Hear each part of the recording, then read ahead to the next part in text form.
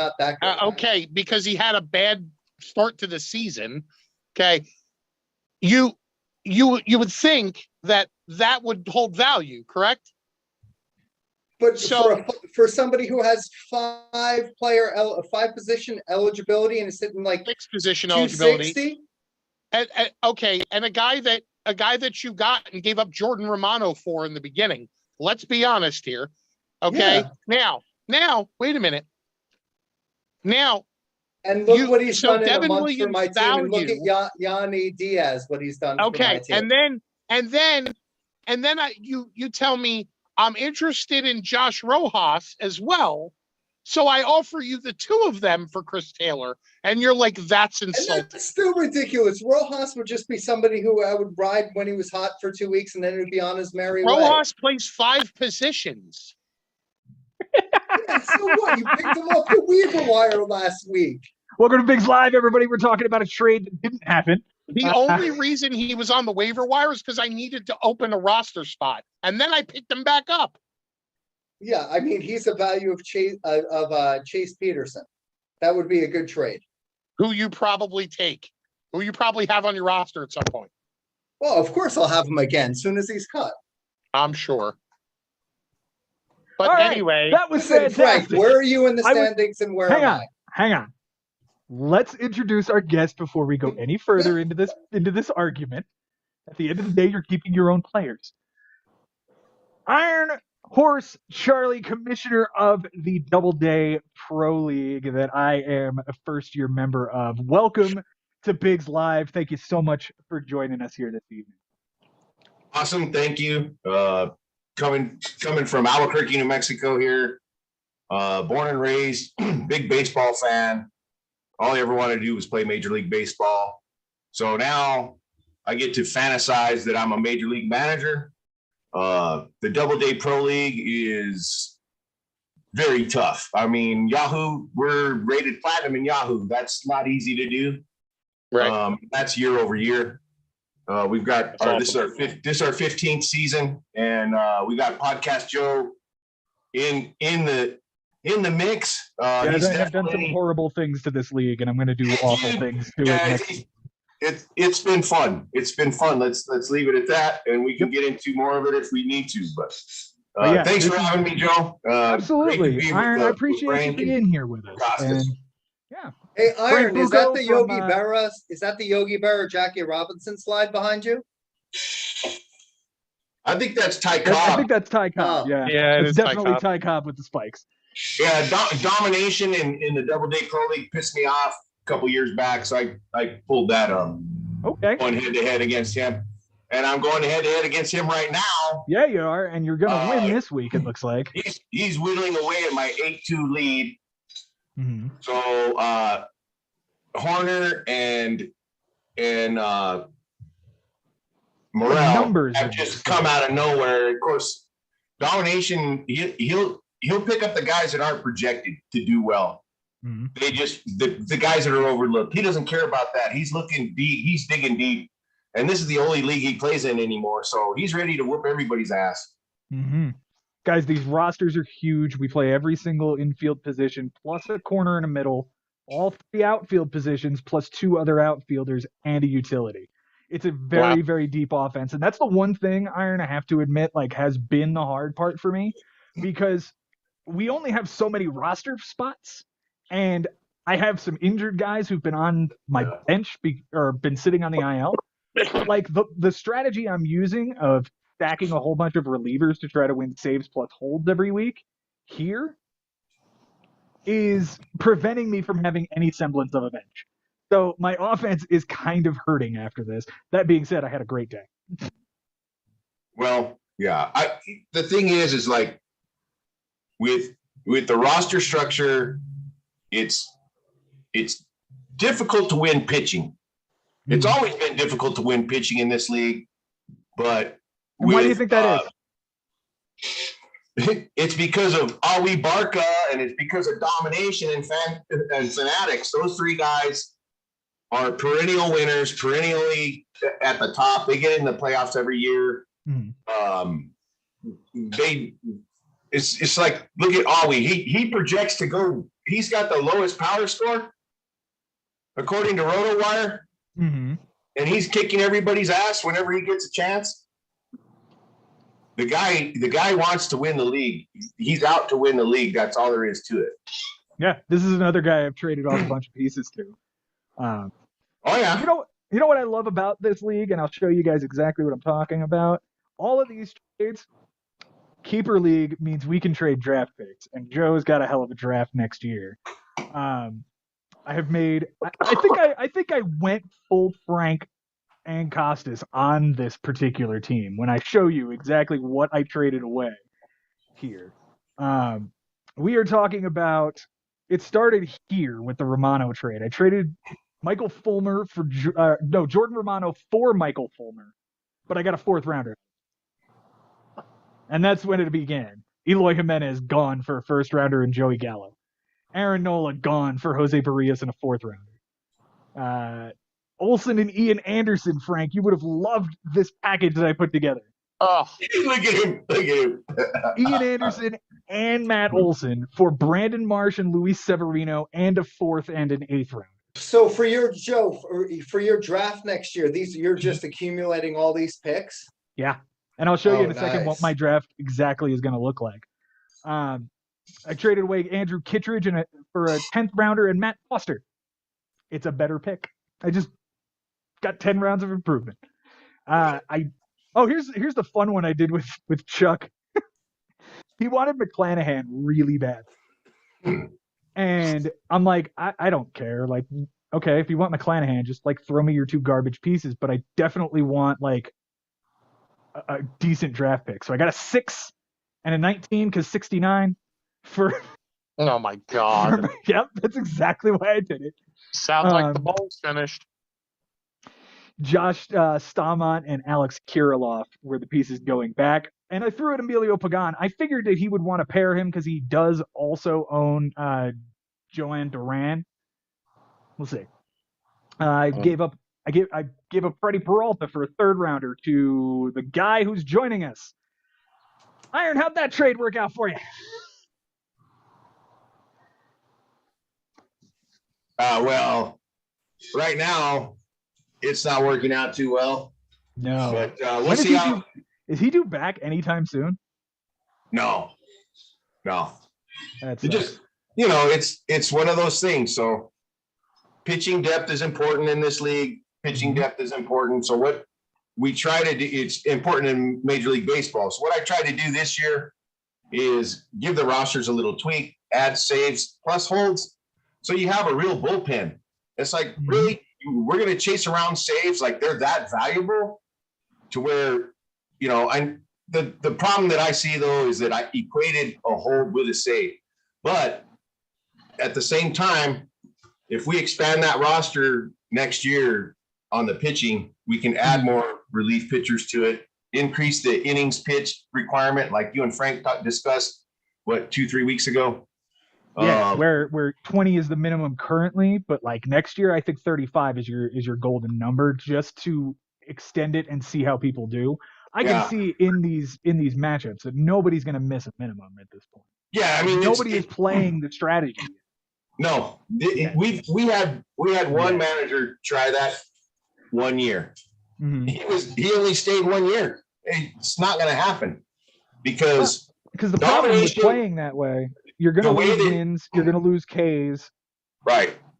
Right. You're risking those high leverage innings and high leverage appearances against 74, 60 innings. I mean, who's not throwing 50 innings in this league?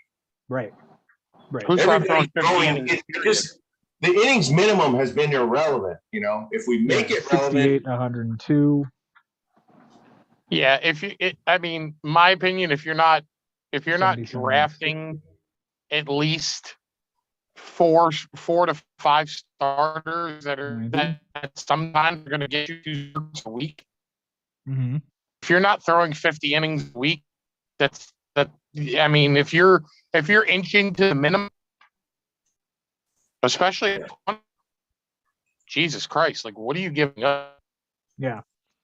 My- 56 innings is the low number this week that I've seen so far. I got one more matchup Cheeto- to take a look at. Cheeto man is There at, it is. 39 is and a at third. 39. Yeah, 39 and a fraction there. So Yeah. I And mean, 48 and 35 2/3 is the second low. Like these are the two lowest Yeah, numbers. well, and there you go. I mean, that's why I like the bigs and Double D Pro League, because it's head to head. Mhm. You have to be on it every day. You know, the original fantasy leagues were roto for the season, and a lot of guys just do not like head to head because of the volatility. And they can't handle it. They want to be able to pick the best players and ride it for the rest of the season, ride their hot streaks, not worry about. I have no time for that, dude. I want to go. You gotta in order to be a great fantasy manager, you've got to do it daily. You've got to face somebody week after week and adjust to their strategy, play the players that you have in the way that you need to in order to win your week. Like head to head is by far the superior brand of fantasy baseball. Let's look at your lineup in the Double Day Pro League, and let's see what you've done by digging down.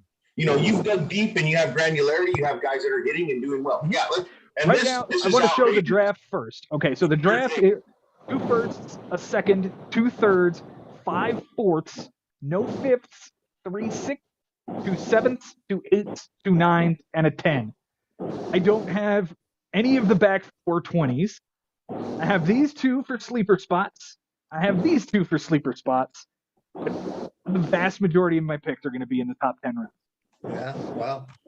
Plus, I get to keep from the team. Let's take a look at that team. It's not great. It's not great. There are very few keepers on this team. But what I have done is put together a team that will compete. Kirk and Ruiz are splitting catcher time. Yandy Diaz at first, Luis Ariz at second, John Birdie currently playing third. Joe, all these guys are hot right now. Yeah. And when they're not, I will throw them back.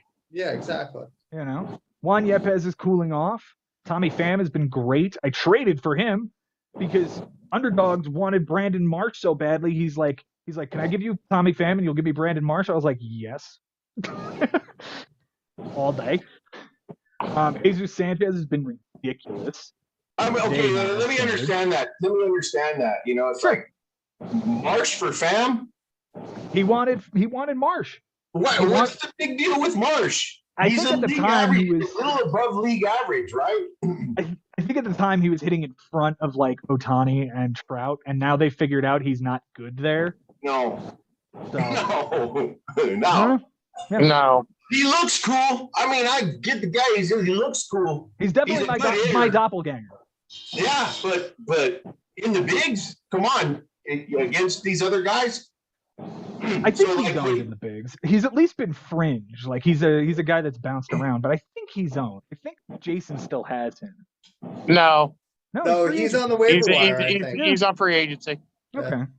Yeah. All right. Ben dropped him most recently. He was available. He was available last night. Wait, who's the other one on that too? Who was the other rookie who came up with him? Taylor Ward. Yeah. And Taylor Ward too, technically. Taylor Ward hit the IL. He's been on fire. Joe Adele has been down in the minors, and they just called him back up. Not because he's been good, but for some other weird reason. Did you guys see this? Did you see the Joe Madden they need quote an on outfielder? This? Not even. No, what did he say? Joe Madden quote.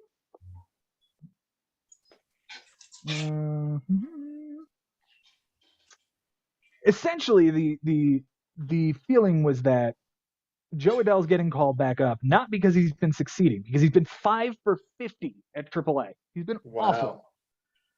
But Joe Madden basically just said words like, well, sometimes you're going to miss out on a guy because he's not with you. You know, we're going to give him a shot. He hasn't earned anything. All right. Okay. Well, let's mark that down and let's see what he does. Yeah. Because part of what I do is look at what the manager's doing.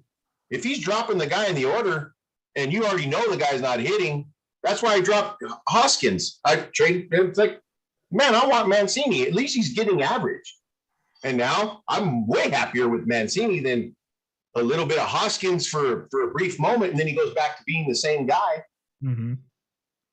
Oh man. Well, the case could be said as the same for Austin Riley, though.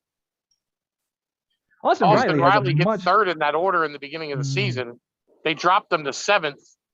He had like 2 bad weeks, and then like came back to life, and now he's hitting third again. Yeah, is he still succeeding at third? Yeah. Because I mean that's a guy that I would totally love to have on my team anytime. But he drafted him in the 4th round in the bigs. That's right. Yeah, so that's like keeper status in the double day. Right. Well, I mean, the reason I did that was because not only was he coming off like one of the best sophomore seasons we've seen in a long time, but also you knew Freddie was going at some point. And, yes, you have Matt Olson, but, the guy caught something. He caught something and figured out how to not be Pedro Serrano and hit the curveball. And, it's just, he's got dual eligibility, first and third. He's a guy who plays every day. And, he's also got 14 home runs. Did I expect them to hit 302? Kinda. Is it happening? No. It's not going to. But I'm also one of the most least patient guys in a fantasy baseball league. So when he the hits fact that I've held on to, I think the fact that I've held on to 50% of my roster that I drafted, and it's now June 6th, is fucking remarkable. It's more remarkable that you haven't made a blockbuster giant trade yet. That's really the big I haven't. No. And the curse of the SB2 is about to go away. I think it's going to be dead this season. I think that might die. Frank had drafted in his first 3 seasons in the league. His SB2 in year 1 was Mike Fultonevich, who was on the IL starting the season as his SB2 and was awful. The next year was Shohei Ohtani, who pitched an inning and 2/3, if I remember correctly, and was gone for the rest of the season after that. Yep. Last year it was Sixto Sanchez. We know how that went. Who has the Jesus Luzardo syndrome now. Yep. And now it's Yu Darvish. And when he drafted Yu Darvish, I said it, Frank, like that's a curse buster. Well, I mean, if you look at, honestly, if you look at the rotation, there's guys that have come in and out, but I'm getting lucky with the people that I'm picking up is basically how it's working. Here is Frank's team as it stands right now in the bigs. It's Will Smith, Luke Voigt, Josh Rojas, Austin Riley, Andres Jimenez, Andrew Vaughn, Michael Harris, Starling Marte, Matt Chapman, Yuli Gurriel, AJ Pollock, and 2 IL spots for 2 shortstop. On the pitching side, Yarborough, Thompson, Kramer. Thompson, oh, son of a bitch. I was going to pick that dude up. Good stream. I picked him up early this morning. Job. Yeah. I was literally looking at him at work, and then you picked him up, and I'm like, all right, he made my decision for me. But no, that's a good start. Kramer was not great. No. Minter, Williams, Foster, Bummer, Stanek, Stammen, and Mantiply.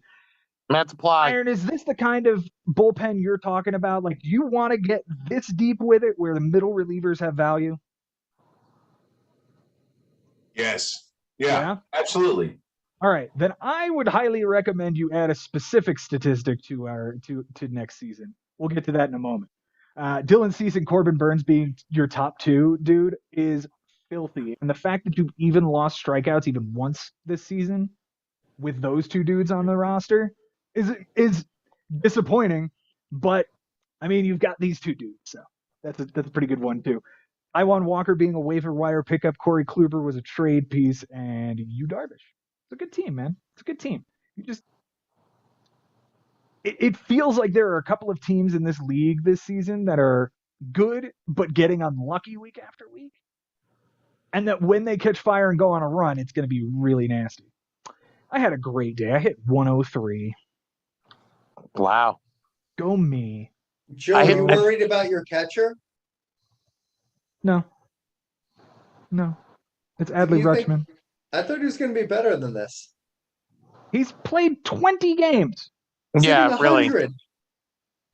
He's He's played hitting 100. 20 games. Stop it. And isn't he like 19? I would drop him now. No, he's Joe. 24. He's Or 24. 24. Okay. He's the next Matt Wieters.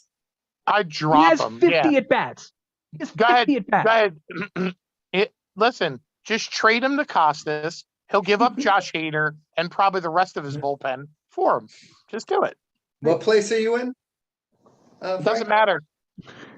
What place am I in? Okay. Who'd he beat this week? What place am I in? Second place team. Joe, who'd he beat this week? Second place team. He kicked the shit out of Christian. The second place team who has pretty much fallen off the last 2 weeks. Dude, Falling look off. at I the- beat him 11-9. That's Look not at that exactly a dude's beat. lineup. He's got a really good team, dude. His team is good. Gorman's been red hot. He basically just picked up the 2 rookies in St. Louis. Les has been on fire. Like this is a good team. This is a good team. It'll be there. He had him down. It's like, but still pitched to a 289. Like get out of here. Over 84 innings. Like look at this shit. That's a good team. Hey, okay. Beaver, Gilbert, Gosman. No, it's a good team. That's a good team. I'll be right back. Yeah. Seawald, Hendricks, and Diaz. And Knable. Yeah. That's a good team. Bass. Because Bass is in the mix, and so is Sulcer for Miami. Oh, Rasmussen is no slouch. No, he's not. He's been No, great. he's not. You're He's right. not a slouch. So Iron, here's Not what at I'm all. thinking. Here's what I'm thinking for the Doubleday Pro. You want to expand the categories out? Like you want to blow this thing up? No, I don't think so. I like the 5x5. I think we've been doing 5x5 Mhm. for the whole time. So I don't know. It would be a discussion that we'd have to have. Because the With one whoever's thing that coming back. if you're looking to make bullpens important, and guys, you know what I'm going to tell them. Yeah. Your category is relief appearances. Yep. If you pair relief appearances with saves plus holds, what you're essentially doing is having relievers count for 2 categories. In the Right. bigs, we do saves rather than saves plus holds. And the difference here is that a closer will be more valuable because they get the save and the relief appearance. Whereas a regular reliever will just get you your relief appearance and then potentially a win, potentially strikeouts, help you with your ERA and whip. Like, that's obvious, but the one thing is that saves and relief appearances boosts closer value, which is how Costas Sure. ended up taking Hendricks and Hader at the 1-2 turn this year. I don't think you can make closers any more valuable than that. Mm-mm. If you do that, you just tack on one more on this side, and then offensively, why not doubles or walks or something to make What's there? on base Yeah, percentage so- matter, or on base percentage could even work. Runs, Well, homer, or yes. Yeah, if you look at our 5x5 setup, which Mhm. is the typical standard 5x5. Just withholds on the saves. Yeah, so yeah, saves plus holds is what I call one of the smalls. Your wins is a small. Stolen bases right now, that's a small. Home runs is a semi-small. So those are all your counts. Not when my opponent puts up 19. Well, I'm telling you, fan knows what to do.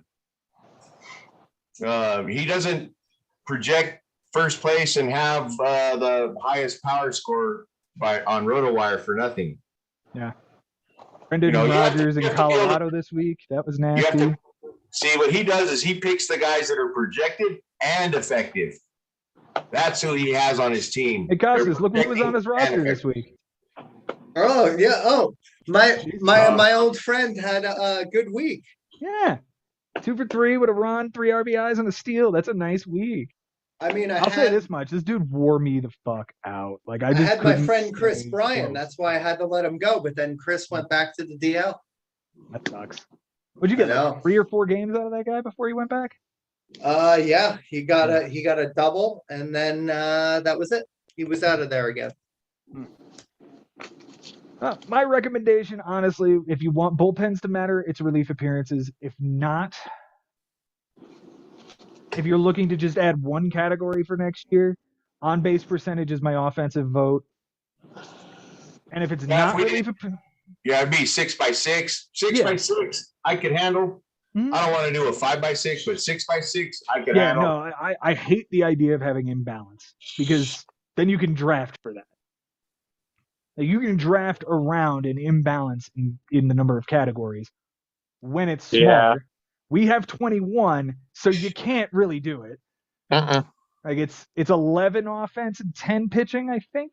But regardless, doing 6x6 would be perfect. I would vote on base percentage and relief appearances. But if you don't want that one, I probably would have to make innings pitched a category and then put a limit or put a minimum on it. Yeah. So, all right. So with our relief pitchers, you're going to affect your strikeouts, right? So you want to get the guys that are good K per 9. You want the guys that have low ERA and WHIP. Yeah. And that are in the mix just for holds, even, you know. Right. It's like a traditional structure. And the reason that I added holds was really because of what Tampa Bay has done and transformed the way bullpens are being managed these days. There's all kinds of closer committees. They become it. For me, it's frustrating to chase the latest closer.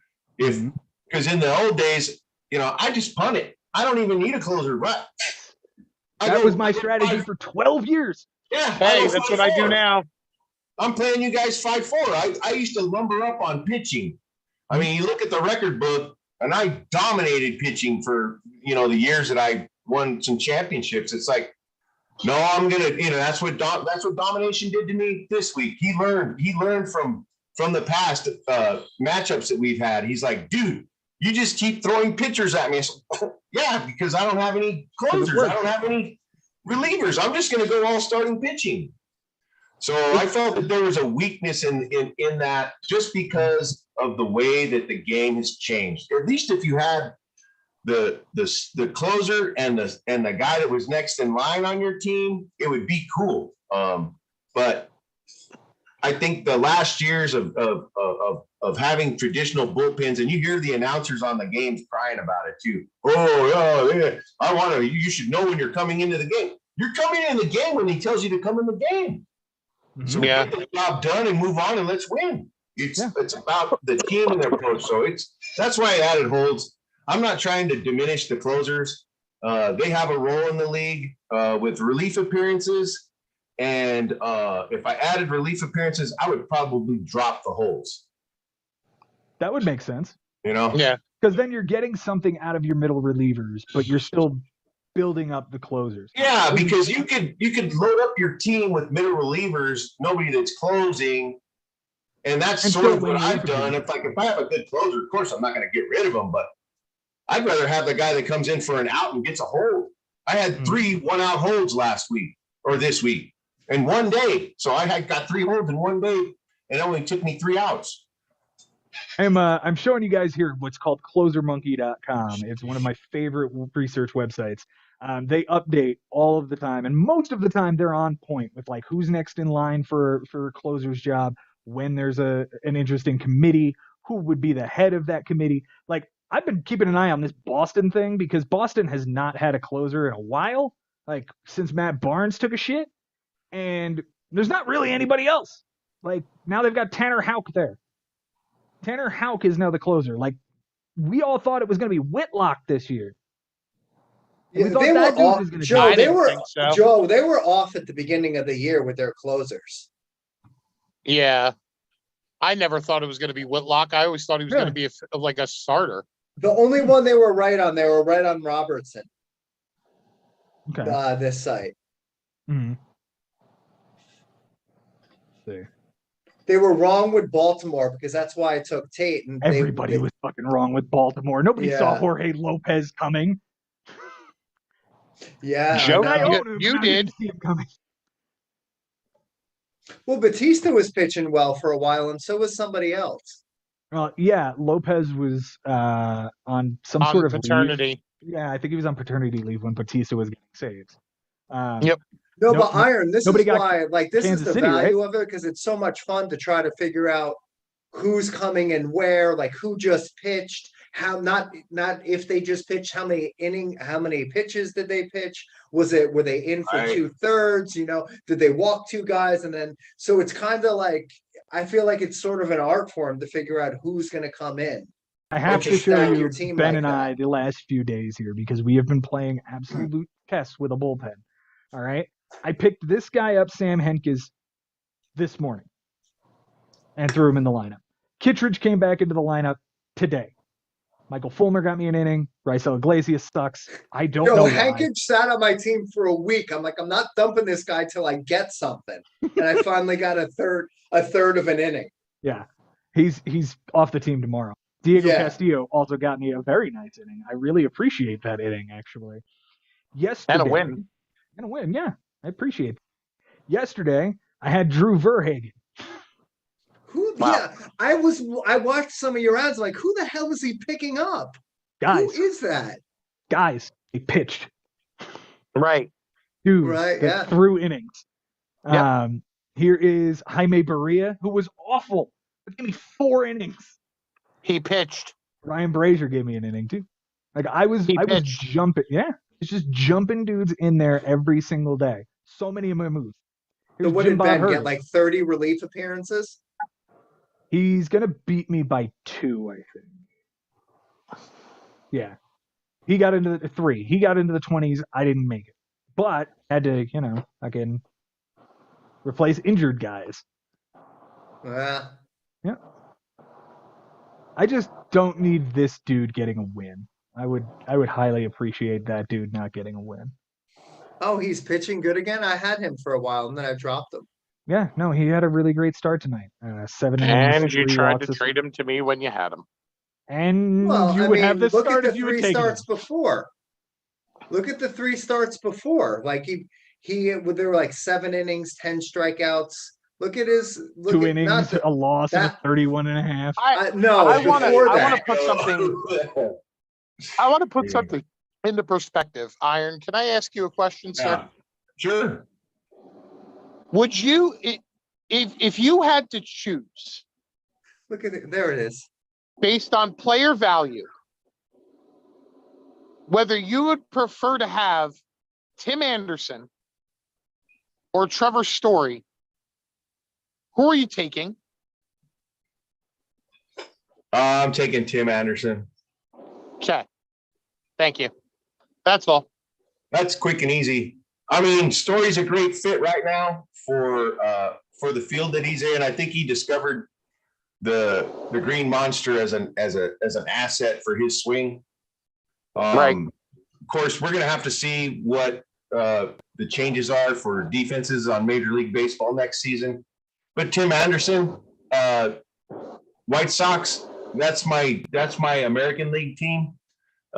Tim Anderson is a great member of the community. He gives back to his community where he came from. It's like we have people that come in that make millions of dollars in this game, and they don't give back to anybody. It's like, oh yeah, they do the photo ops here and there. But if you initiate, you're really giving back to the community and helping the kids that are poor and had no chance, just like you. That's why I would take Tim Anderson. I mean, nothing against Trevor Story. I like the guy, but Tim Anderson is a better baseball player and on a better match for me on the team. Yeah, I'm gonna echo every single one of those statements, honestly. Like Tim Anderson has a 356 batting average, a 393 on base percentage, an 896 OPS this season. Trevor Story is hitting 230 with a 321 on base and a 769. Now they both have very nice offensive counting stats: 8 steals for Anderson, 7 steals for Story. Home runs favor Story, but hits and runs scored. Actually, runs scored favor Story as well, but the hits specifically, the batting average, and all of those statistics definitely favor Tim Anderson. Tim Anderson's got the highest, got a 98 percentile on expected batting average. He's just a better all around baseball player. That being said, what's like Frank's Trevor Story point is about a slug. asking this? But what's your point about asking the question? Who's better? I was curious. Well, I I'll mean, tell you, in my other keeper Who's league, playing right now? I mean, is Tim Anderson even like playing, or is he No, hurt he's again? hurt. I mean, that Again, happens. That again, happens. Well, again, he's hurt. My thing is I've got both of them in my other keeper league, so I'm not worried about it. Right. In Double Blue Pro League, I will never see those guys again. Probably. They're not on my team this year. I'll never see them again. I have another question. Let's go. Is Starling Marte overrated? I knew that question was coming. Costas, are you willing to walk that back at this point? No. Is Starling Marte overrated, Iron? You're Hang on. setting me up for Costas. You're setting me up for Costas, Frank. Yeah, all these questions are like, who cares? Sterling Marte. Like, listen, what's he it's a batting? new member of the podcast. I'm asking him questions. Let's see. I'm just curious because, I could ask him if Zach Plesac is a Cy Young candidate. Obviously, I was trying to trade him, right? Yeah, okay, but It's Okay. fine. It's all right. can we move on to the Starling Marte question? I'm really curious. All right, so let me refresh my RotoWire because I mean, I got Marte as the 28th ranked player in the league right now. I've got Ramirez, Devers, Hernandez. I've got the 1, 8, 9 with Ramirez, Devers, and Hernandez. And then Marte is 28. I think the overrated player right now is Javier Baez. Yes. Well, that's obvious. Thank you. Oh my God. That dude is. I mean, come dog on, shit. have some plate discipline, bro. No, not a chance. Not a chance. Yeah, The guy strikes out 300 times a year and gets a 6-figure contract. Go figure. Yeah, that I think is overrated. I think he's overrated right now. Yeah. Underrated before the season was Devers. Mm-hmm. Toescar, Hernandez. He's a little overrated right now. And Marte, yeah, he's not number 28. But as far as long term, I like riding the former Pirates, man. Mm-hmm. They all seem to go elsewhere and be good, right? Garrett Cole, Joe Musgrove, Starling Marte, Jameson Tyone. Jameson Tyone. Starting pitchers out of Arizona, starting pitchers out of relief pitchers out of Cincinnati, pitchers out of Cincinnati. They have a great system developing pitchers. They just can't hold on to them. You just can't draft anybody who plays in or used to play for Colorado. Pitching wise. Yeah. John Gray's not there. Ubaldo Jimenez was awful. Yeah. The thing about Colorado pitchers is if they're going to pitch in Colorado, they have to be a ground baller. Yeah, Yep. no doubt. So you're not going to get a bunch of strikeouts. They want you to swing the bat. So in fantasy, they're not as relevant. You know what was so fun this week, by the way? That series between the Marlins and Rockies in Colorado, that was must-watch TV for me. And it wasn't just because I had like 4 of those dudes in my lineup. Well, yeah, we're here in Albuquerque. We're blacked out from Diamondback games and Colorado games. Why is that? Local markets. We can't even buy their Fox package. Right. When When I was in Vegas, I was blacked out of 6 different teams: Arizona, San Diego, both LA, Oakland, and San Francisco. Wow. Those cities are 500 miles away from Las Vegas, and they're blacked out. Even you couldn't even do the the streaming. The MLB.TV is where I'm blacked out. Yeah. I would Oh, have to wow. go find illegal streams. I mean, Use Really? your radio. You can't watch, you can only listen. yeah, they'll That's why give I'm you a the Braves radio fan. play. I don't ever get blacked out. Well, I mean, you would if you lived in and around Atlanta. Nope. Don't do that. Oh God! All right, Iron. We had talks about creating a third league. You still want to talk about this? It's on the table. All right, guys. We had conversations over the last couple of weeks about pitching the idea of a 12-team invitational, 6 from the bigs, 6 from Double Day Pro, and we would create a new keeper league so that we could all sort of mesh together. And somebody jumping into the bigs from Double Day isn't an issue if that spot comes open next year because we redraft every year.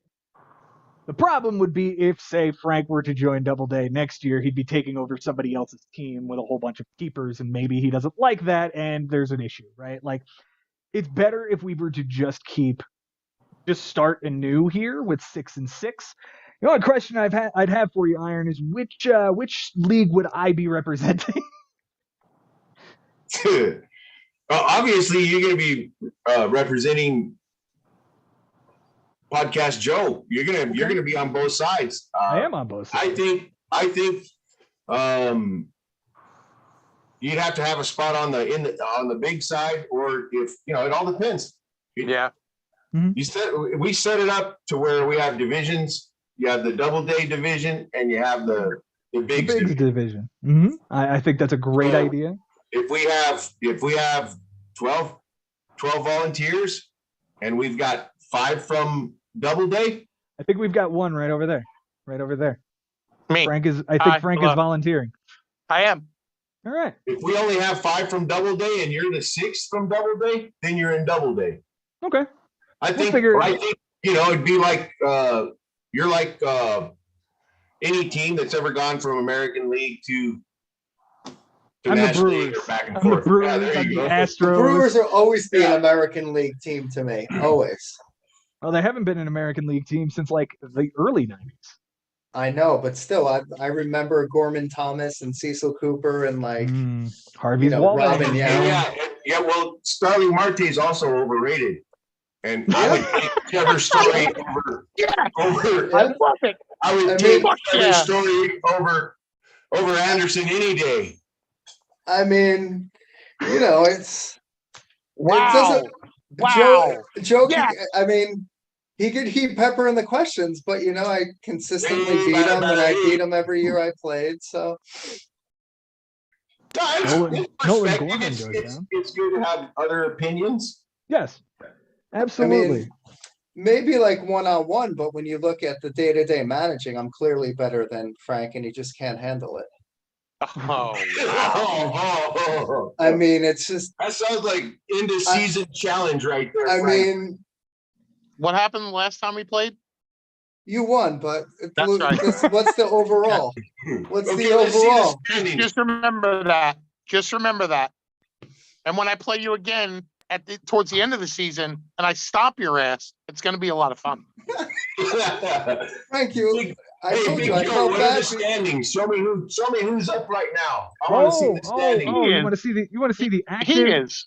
standings in I'll the give it to him. bigs. We could do that. With all my savvy moves this week, with a bunch of no names. Yeah. The savvy. Look at all my people Yeah, who let's I see the pushed up standings. this I want week. to see what's going on in there. We're getting there. All right. Savvy. Take a look. This is up to the minute. Up to the minute standings in the bigs. Oh, using the app. Using the app. Yeah. Where's Frank? Frank is 12th. Oh, 12.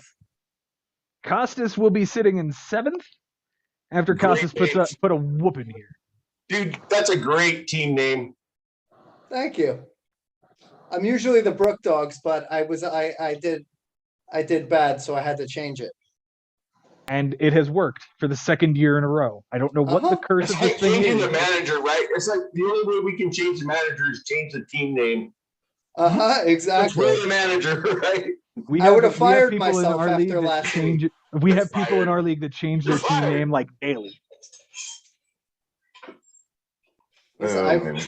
I had my worst week last week. Everything I did backfired. Yeah. Okay, hey, Big Joe, can you pull up your all times? Oh, of Look course. at the league all time and see if Great Babes show me where these two have fallen. Let's see what we've got here.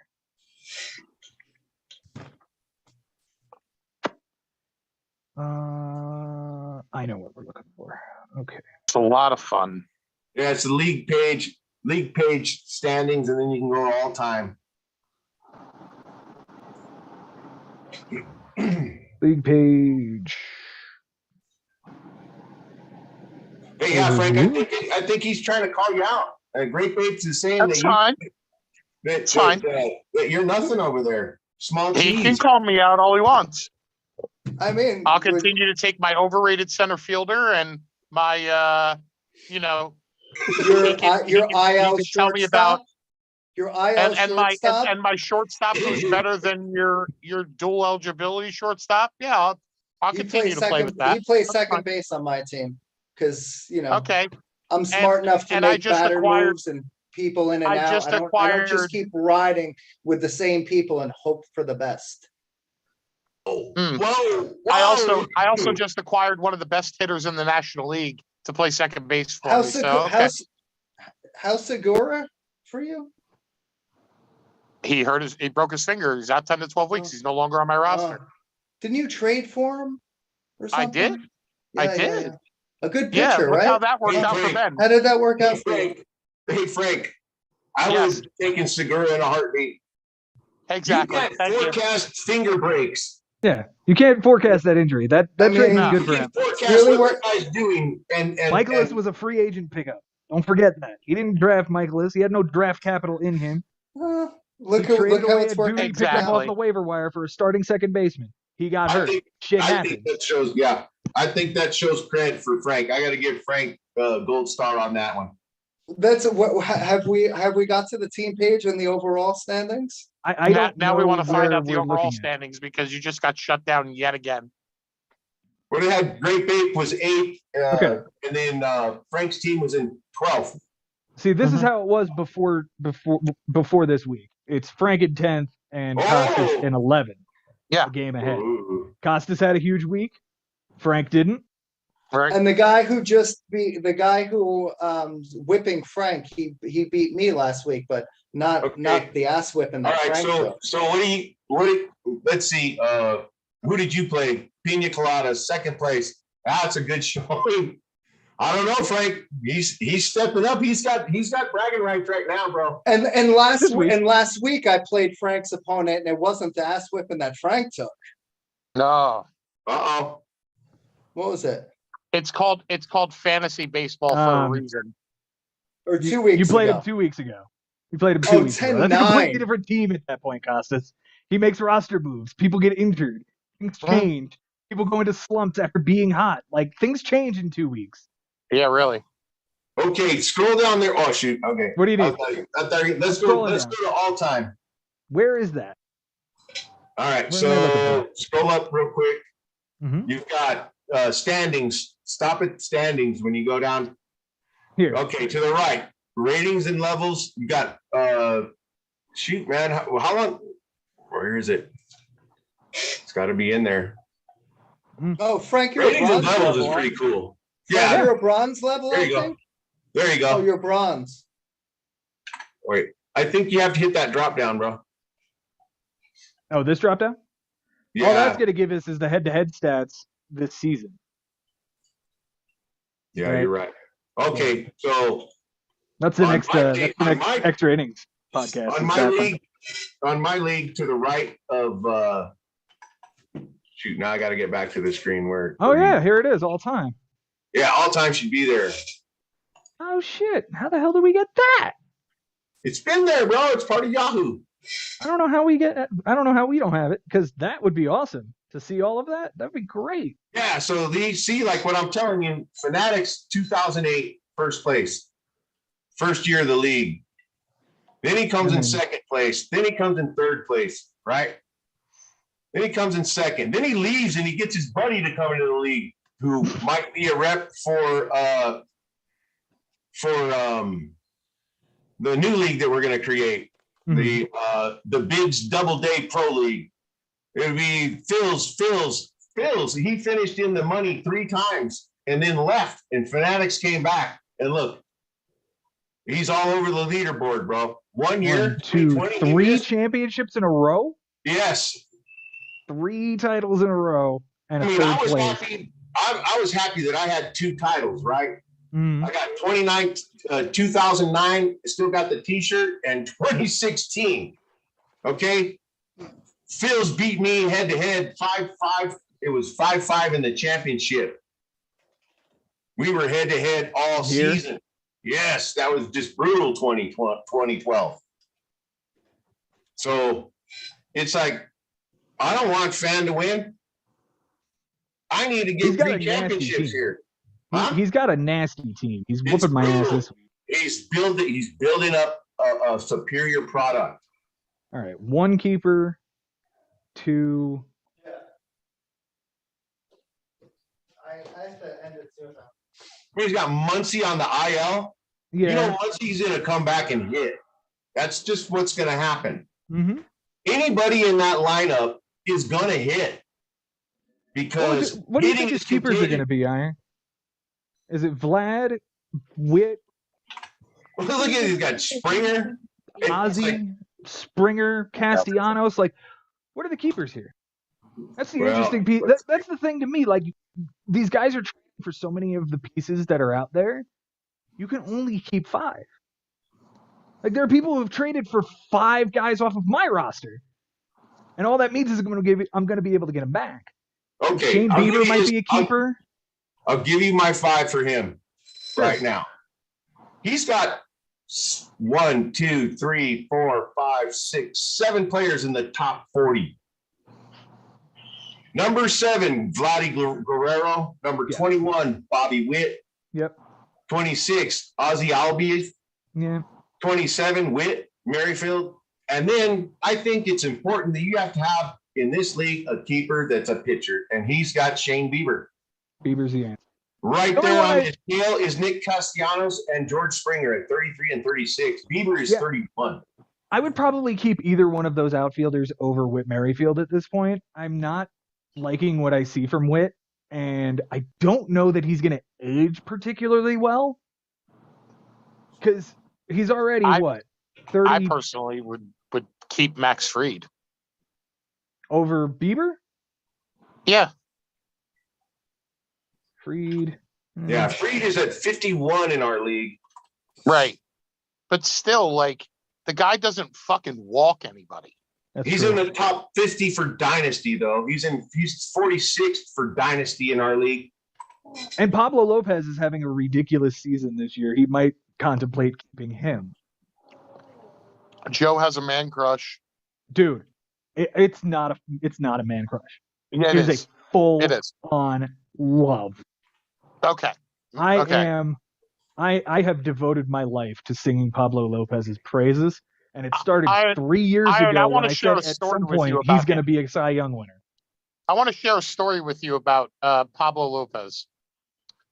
So we're in the draft. We do a podcast, or we do like a Zoom during the draft, right? And consistently, Joe has taken Pablo Lopez, what, the past 3 years? 7th or 8th round. Right. Okay, but you've taken him every year. Oh, no doubt. Okay. No doubt.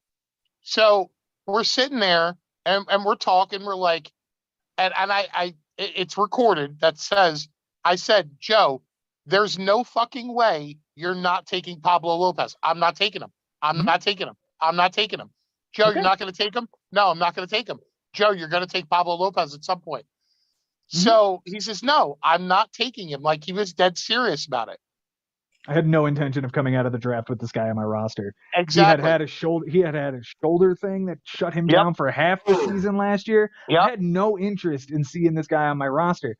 But none of these motherfuckers would pick him. Two rounds go by. I mean, I Joe's can't let up this for a dude go pick. by this many times in the bigs. Like, you're going to give him to Joe- me after 150? Yep. I got to take him. 2 rounds later, Joe's up for a pick. Who does he fucking pick? Pablo Lopez. I hopped back on the Zoom and I said, I fucking told you it was going to happen. I said, I fucking knew it. I knew it was going to happen, you lying bastard. And it happened. And I was like, I was so proud of myself that I knew he was going to take his man love, Pablo Lopez. I do. I love that guy. I love the curveball, or the changeup rather. And I'm so glad that he's finally figuring this out. Like, he's finally figuring out how to pitch this year to where he's not relying solely on the changeup like he has in previous years. He got rid of the slider curveball. He got rid of the curveball. He's only thrown it 3% this year. Whereas in years past, he had thrown it a lot more. And it just wasn't effective. Dudes were hitting it a lot hard. Well, you're seeing the same with like Ian Anderson now, who came up, pitched well because of his changeup. Now people are starting to realize that his changeup is pretty much his out pitch. So they're looking for it late in counts. And people are hitting it. He has a curveball. It's not great. It's not bad. But that's what's happening. And that's what's happening to these players. If you don't reinvent yourself, I'm not saying reinvent the fucking wheel, but reinvent like what you're doing, you're going to get tagged. He's essentially a 3-pitch pitcher, right? Exactly. Fastball, yes. changeup, curveball. Apparently there's a sinker, but he's only thrown 10 of them all season. Right. Which just came about, I think, this year. Yeah. Like in the off season. Yeah. So that's why he doesn't throw it a lot. I mean, but he's a fastball changeup guy. I'm willing to believe that those sinkers that they're talking about are actually 4-seam fastballs diagnosing. Because there's only 10 of them. There's only 10 of them. It's a 0.3 of a mile an hour difference. Yeah. And like it's not any different. I want to look more at this particular pitch. Like where's the movement on it? Here we go. All right, 20 inches of total movement on the sinker, 17 inches of total movement on the 4-seam fastball. Like spin based went 12:45. This one went 1 o'clock. That's the fucking hands of a clock. Look at the movement on the curveball though. Yeah. It's not great. No, it's not. It's not great at all. That's what I'm saying. It's a you're bad essentially, pitch. yes, a 3-pitch pitcher, but you're essentially a 2-pitch pitcher. Because your curveball's not spinning the way it's supposed to, and it's not getting people out. And he's The throwing it changeup is supposed 20% to of get the people time. out. People are figuring it out.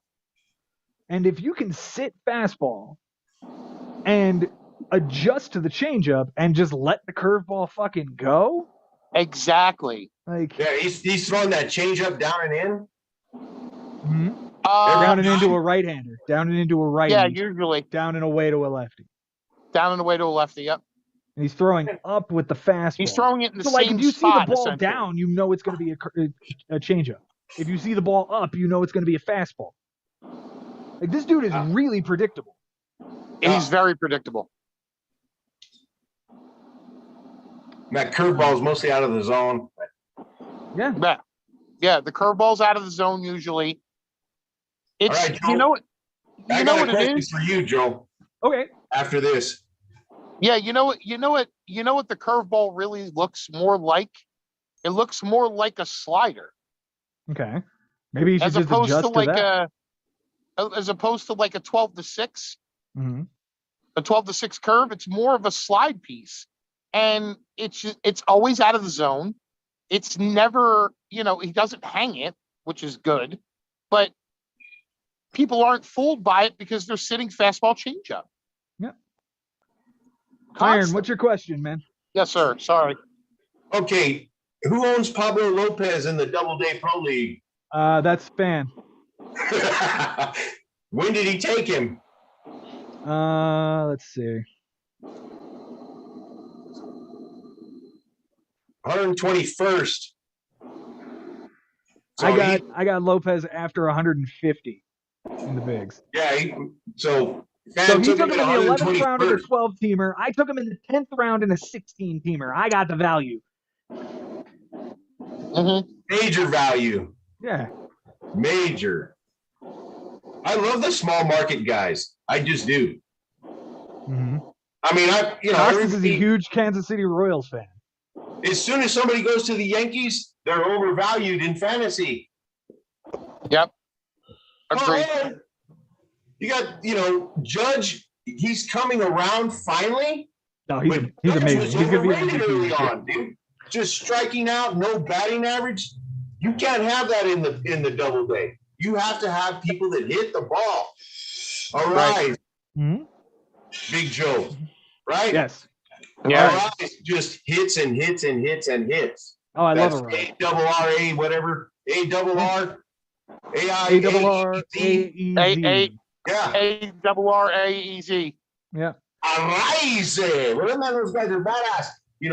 This guy, I've watched him here. There you go. There's my guy. Playing in the minor leagues. There's another one. Alejandro Kirk was on my radar. He rates big as a hold for catcher. That guy gets playing time. He's going to hit. He is getting playing time. He's getting playing time right now because Brian Anderson is hurt. They don't really have a third baseman. So he's it now. And this dude steals bags. He's already got 7. Yeah. He's got 7. How many games has he played? 25? Wow.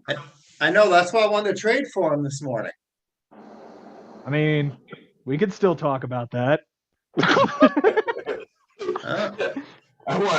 Iron, I have to admit, in the bigs, we have a trade maximum. That's my fault. Yep. We can only trade 6 times this season. It's the Frank rule. I've already made 4. It's the Frank rule. I've already made 4 trades. Yeah. Well, somebody decided to go out and make 15 trades last year, and we only play with the trade deadline is in week 15. Yep. Bad season. Yeah. Bad season, bad decision. I digress. I did rattle off 6 in a row last year after those trades, though. Mm-hmm. Mm-hmm. I am going to trade Mike Trout in this league at some point. I will be getting a keeper for him. Probably 2. Tatis is obviously a keeper. Jose Barrios, I think I'm going to keep. Zach Wheeler, I think I'm going to keep. That's 4. And then by season's end, I can make the decision. I'm like, is Alejandro Kirk a real keeper candidate at catcher? Or is it, I don't know, Jonathan India? How about that guy Juan Yepes, who was traded for that guy Cash? And Matt Adams. Don't forget you got Matt Adams and that guy Cash considerations. Yes, cash considerations. Listen, if he has a great year and ends up with like 28 homers and 90 RBIs and a batting average near 300, he's definitely in. And he's got 4 radar. Position eligibility. Mm-hmm.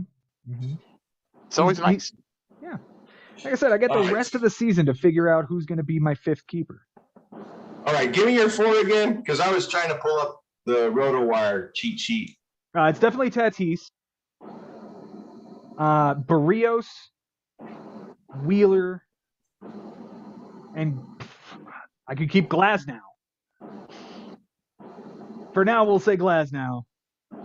Tatis, Barrios, and for now, say Mike Trout. But he's probably going to. You're going to need those. You're going to need those other rounds to figure out who you really are going to keep not next year, but the year after this. Yes. Because you're going to have. This is my advice to you. You're going to have to get in there in those. It's going to be the 6th round is when you start leveraging. What is it? You have 2 first rounders. I have 2 firsts, a second. Hang on, I'll show the screen again. And then 3 thirds. You have my 3rd. I know you got 2 firsts, a second, 2 thirds, 5 fourths. Those 10 picks. Out of those 10 picks, you're going to have to beat the projections. Find the guys that are going to beat the projections and become keepers in 2023 for 2024. Because your keepers right now are horrible. You have Trout. He's number 5. You have Wheeler at 55. You have overrated Jesus Sanchez at 59. And then it's Luke Voigt. I would punt Luke Voigt in 2 seconds. I was going to. I was even talking with you guys, and then that morning started this hitting streak he's been on. So I kind of got to keep the guy there now. you go, right? You know, the Padres are in the heat in the hunt with the Dodgers. We'll see how it goes. You know, he's got some other veterans around him. He has a smaller market. Maybe it's going to work for him. If Edward Cabrera has a nice season, he could even be a keeper. But, you know, if Sanchez can continue to hit 500-foot home runs. Did you see that one? I watched that one live. That was awesome. How's he doing on doubles? That's in your league. I think that's a cool stat to have as a category. We have triples, too. Yeah. Oh, triples are the most exciting play in baseball. Mm-hmm. Let's see. I'll see you guys later. Good night. All right, Costas. Have a good one, man. Good seeing you again. Nice meeting you, Iron. Bye, Costas. Take care. See you, Frank. See you in the basement, Frank, is what he's saying. Yeah. He's got 6 doubles on the season. That's not ideal. Yeah, but he's got 3 triples. That is ideal. Yes.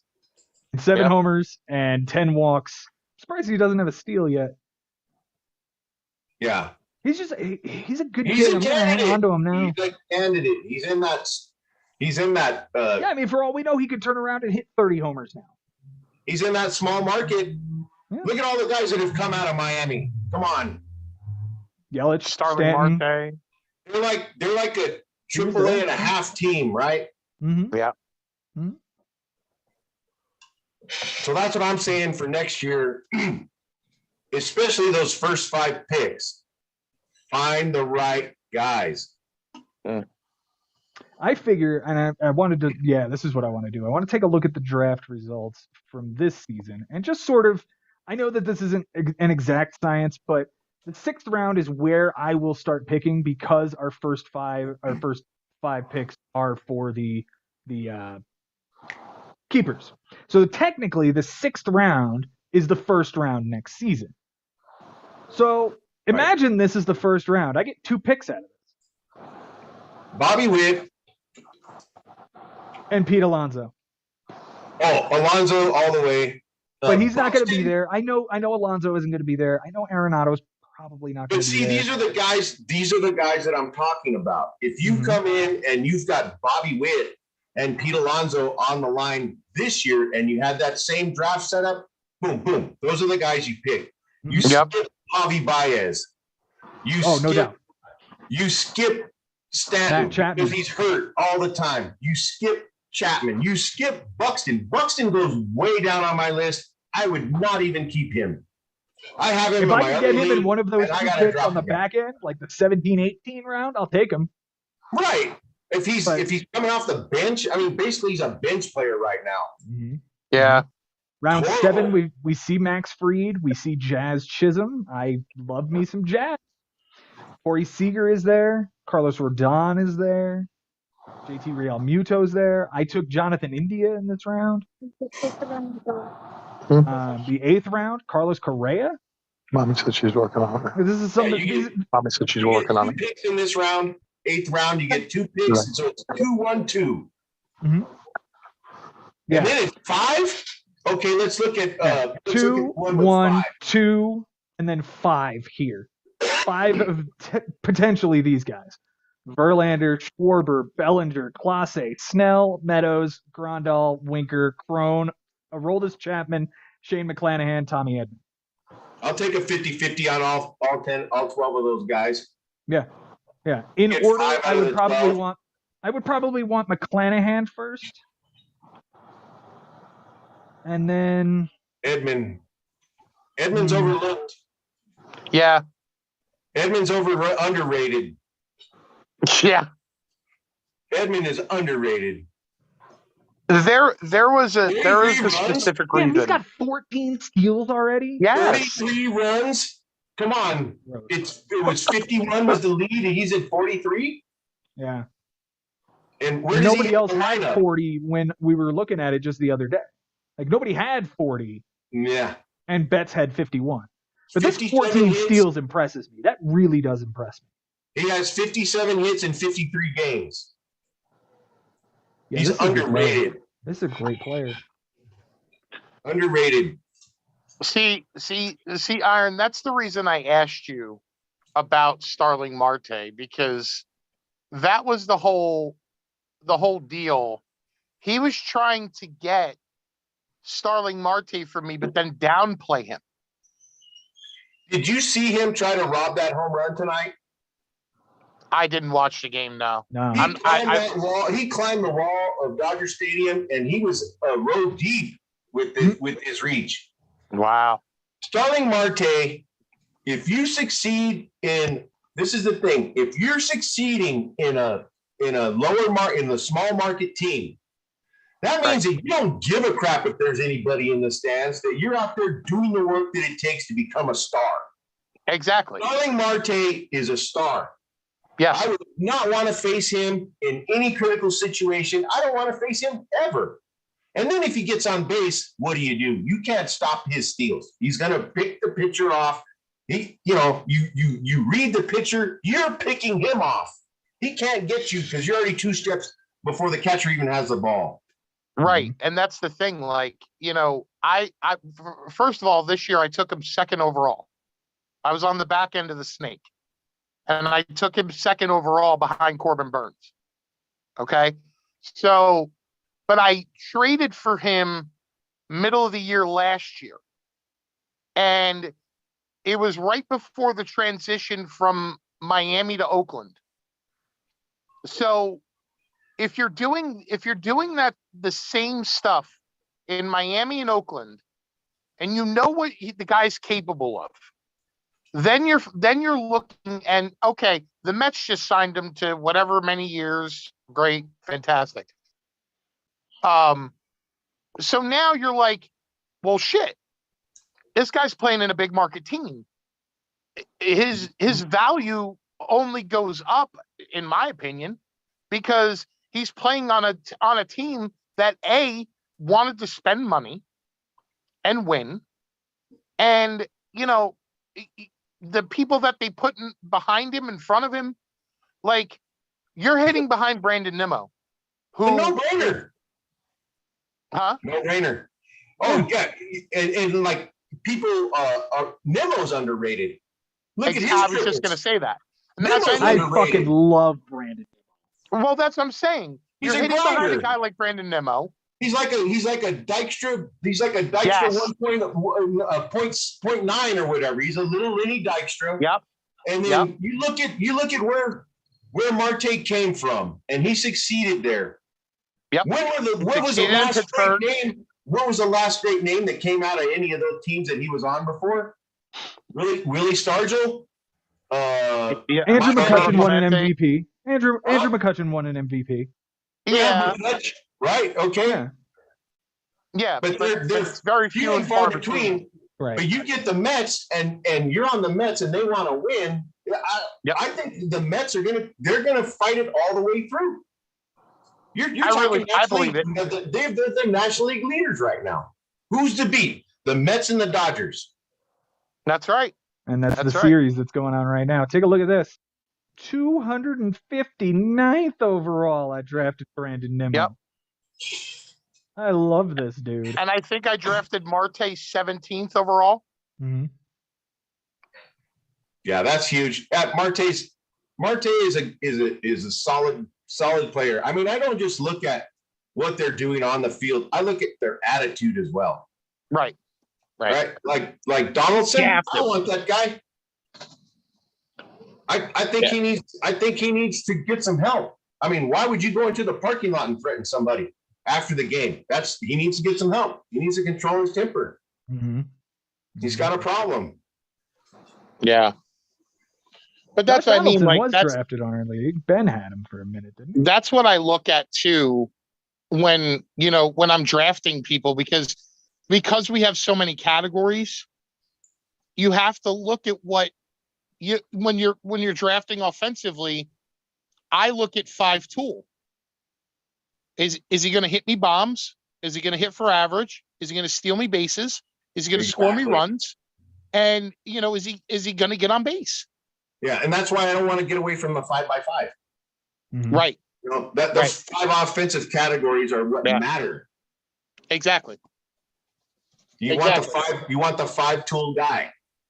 Well, So, yeah, like you what look are at the that. 5 You look tools at a in guy like relief him. pitching, or what are the 5 tools in pitching? So Yeah, that's true. I just happened to that's look what I at mean. this. Like you look at those. You I'm look sorry. at those kind of Yeah. guys, and like Ronald Acuna. Now, granted, I'll tell you, I'm a Braves fan through and through. Been since '91, so it's illogical because I'm from Jersey. But hey, whatever. But you look at a guy like Ronald Acuna. You look at a guy like Ozzie Albies. You look at a guy like Whit Merrifield. You look at a guy like you know what I'm saying. And you look at these guys, easy. and you're trying to grab them. Mm-hmm. You're trying to grab them because you're sitting there and you're saying to yourself, you're like, all right, if I can fill my roster up with these guys, but then also, I look at it and say, yeah. If I can get a Marte, if I can get an Albies, I can get an Acuna. Okay. Now I can build my team offensively around those players. Because I'm not having to punt certain categories in the offense on the offensive side. Right. They're not a drag on your team. And then they have to be everyday guys. They can't be platoon players unless you have like some elaborate bench system where you can pull a guy off the bench when he's going against a left-hander.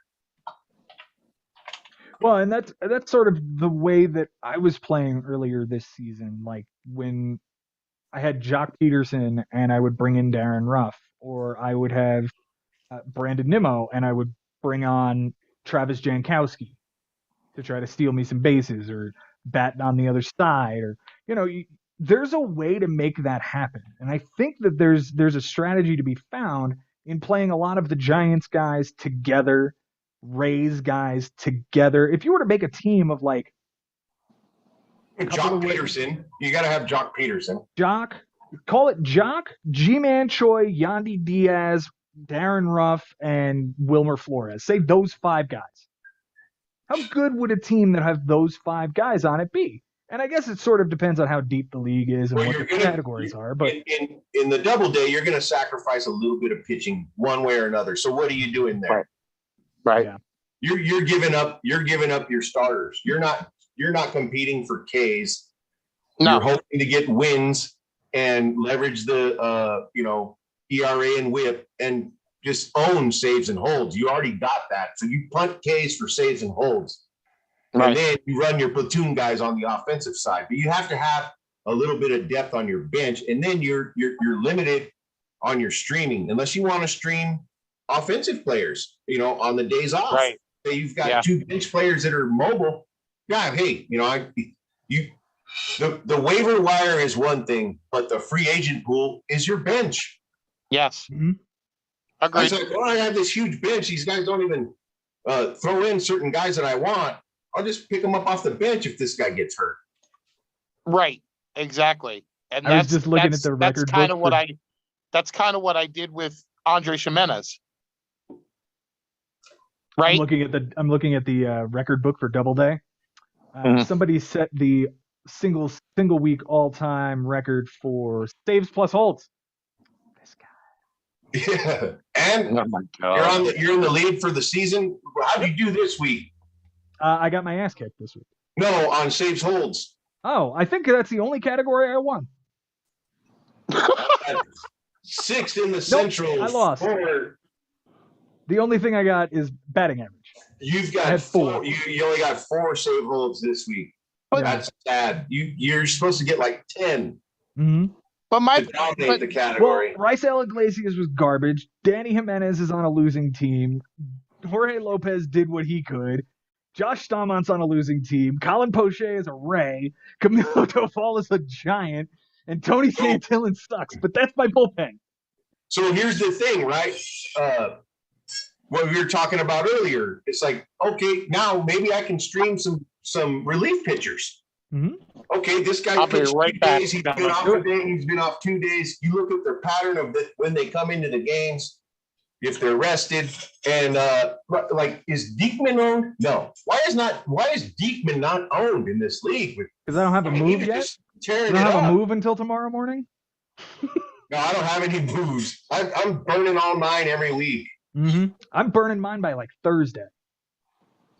I have a plan. I get up Monday morning, I execute the plan, and I go with the week. This week, I tried to get the 2 start pitchers, but Mhm. Domination had his regular guys and 2 start pitchers that he picked up, and he Dang. had over 100 Ks. This kid Tyler Kinley is pitching really well in Colorado. I streamed him this week in the bigs as well. You know, he's got the lowest ERA on the page. Mm-hmm. Mm-hmm. And one of the higher numbers of innings. True enough.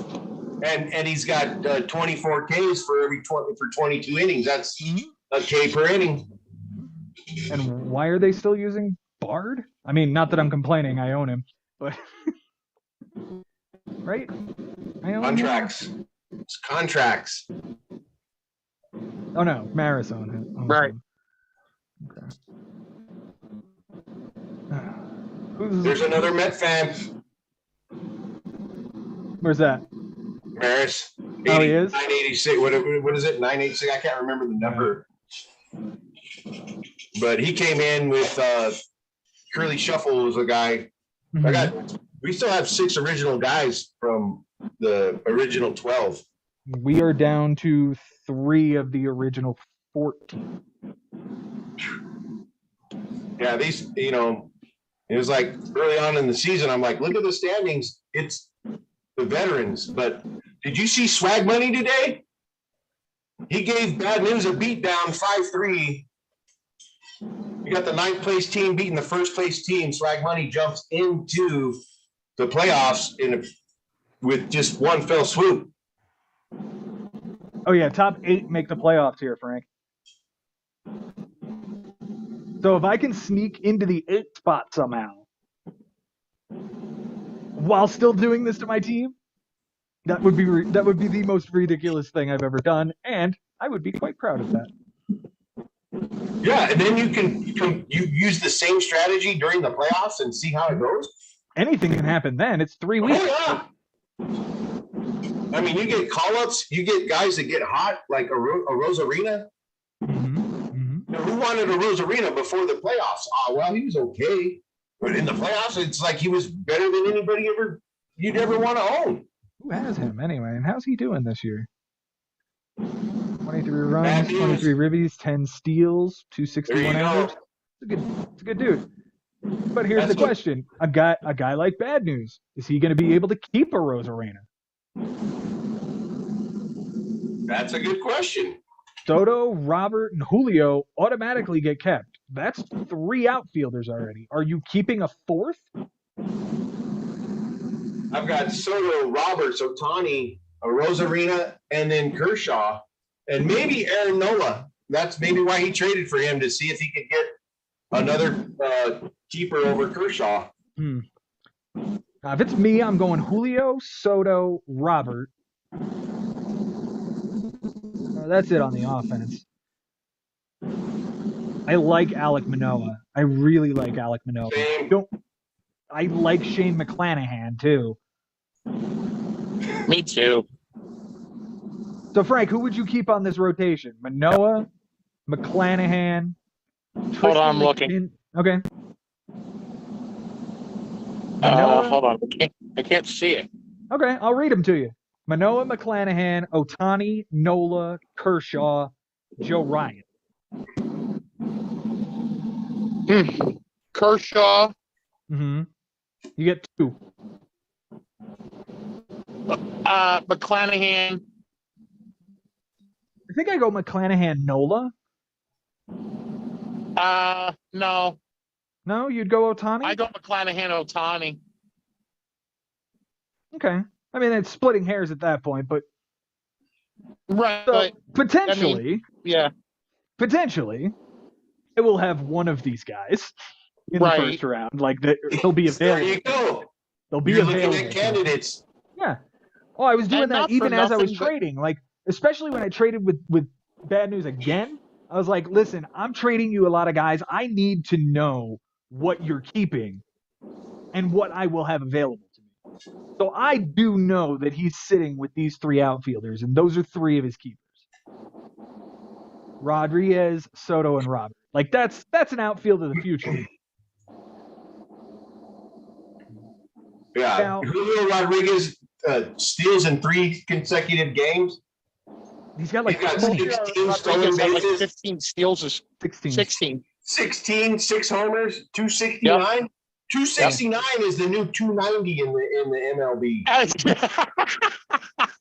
That's so true. It's so It is accurate. So true. It is so accurate. He's hitting 290. He's got 6 bombs, 24 ribbies, 22 runs, 16 stolen bases. That's bad ridiculous. news for the rest of the league, bro. And 9 doubles for what that's worth. And 9 he's playing in doubles. Seattle. And 1 triple. He's playing in Seattle. Mm-hmm. Where does he bat in their lineup usually? He is hitting 3rd right now against right-handers. He drops down to 3rd 4th. and 4th? against- Like, yeah, yeah. 3rd, 4th. He was hitting 6th, 5th, 6th, and 7th. Yeah. And then on the 8th and 9th, let's see what he did on the 8th and 9th. He went up against a lefty each day on the 8th and 9th of May. mhm. And he went 1 for 4 1 and for 4, 1 for 3 3. for 4, a double. Yeah. And it was 3 for 4 on and a from 1 there. for 3. Yeah, and then it was Yeah. on Wow. from there.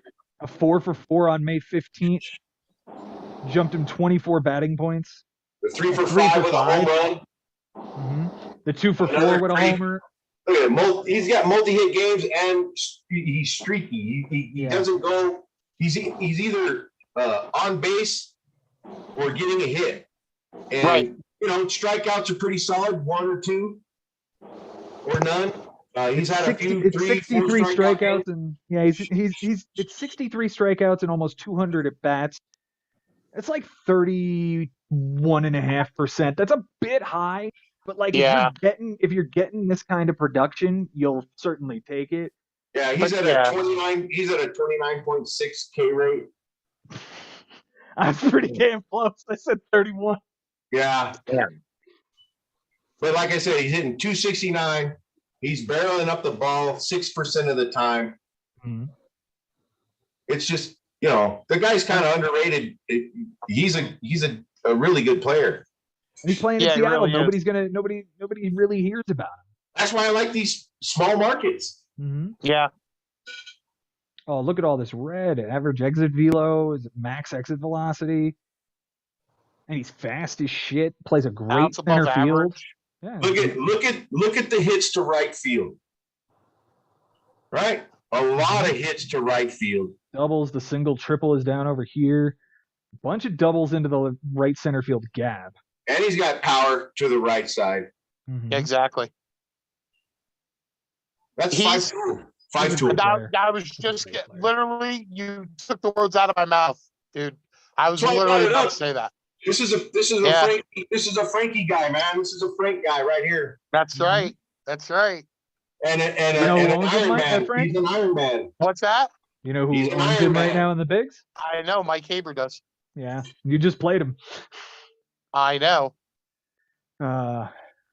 But this is a good team. Like I said, Robert, Soto, and Rodriguez are the offensive keepers, which means all of these players will be eligible for me. Oh, Bronco, I think he's keeping as well. I sure should hope so. So that's 4 offensive players. Bronco, Soto, Rodriguez, and Robert. And then probably a pitcher. Who knows which one? But Well, one I of mean, these it guys. depends.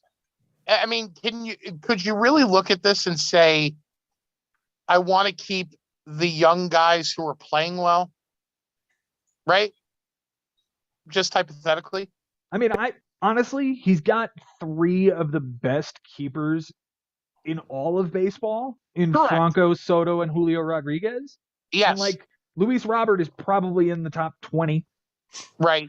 But but like if you're asking about the rotation and Yeah. who you would keep, right? Mhm. Are you really keeping the aging Kershaw, or are you going to take the flyer and keep Joe Ryan, who's What do you been just- really good until he hit the COVID IL? Do you keep Nola? I mean, he's been. I mean, great. Is it Manoah? yeah, that's another one. Either He's way, very young. Either way, he's only going to be able to keep one of those guys. And let's also not forget, he doesn't have a first round pick because it's mine. Well, because he thank wanted you. Eloy.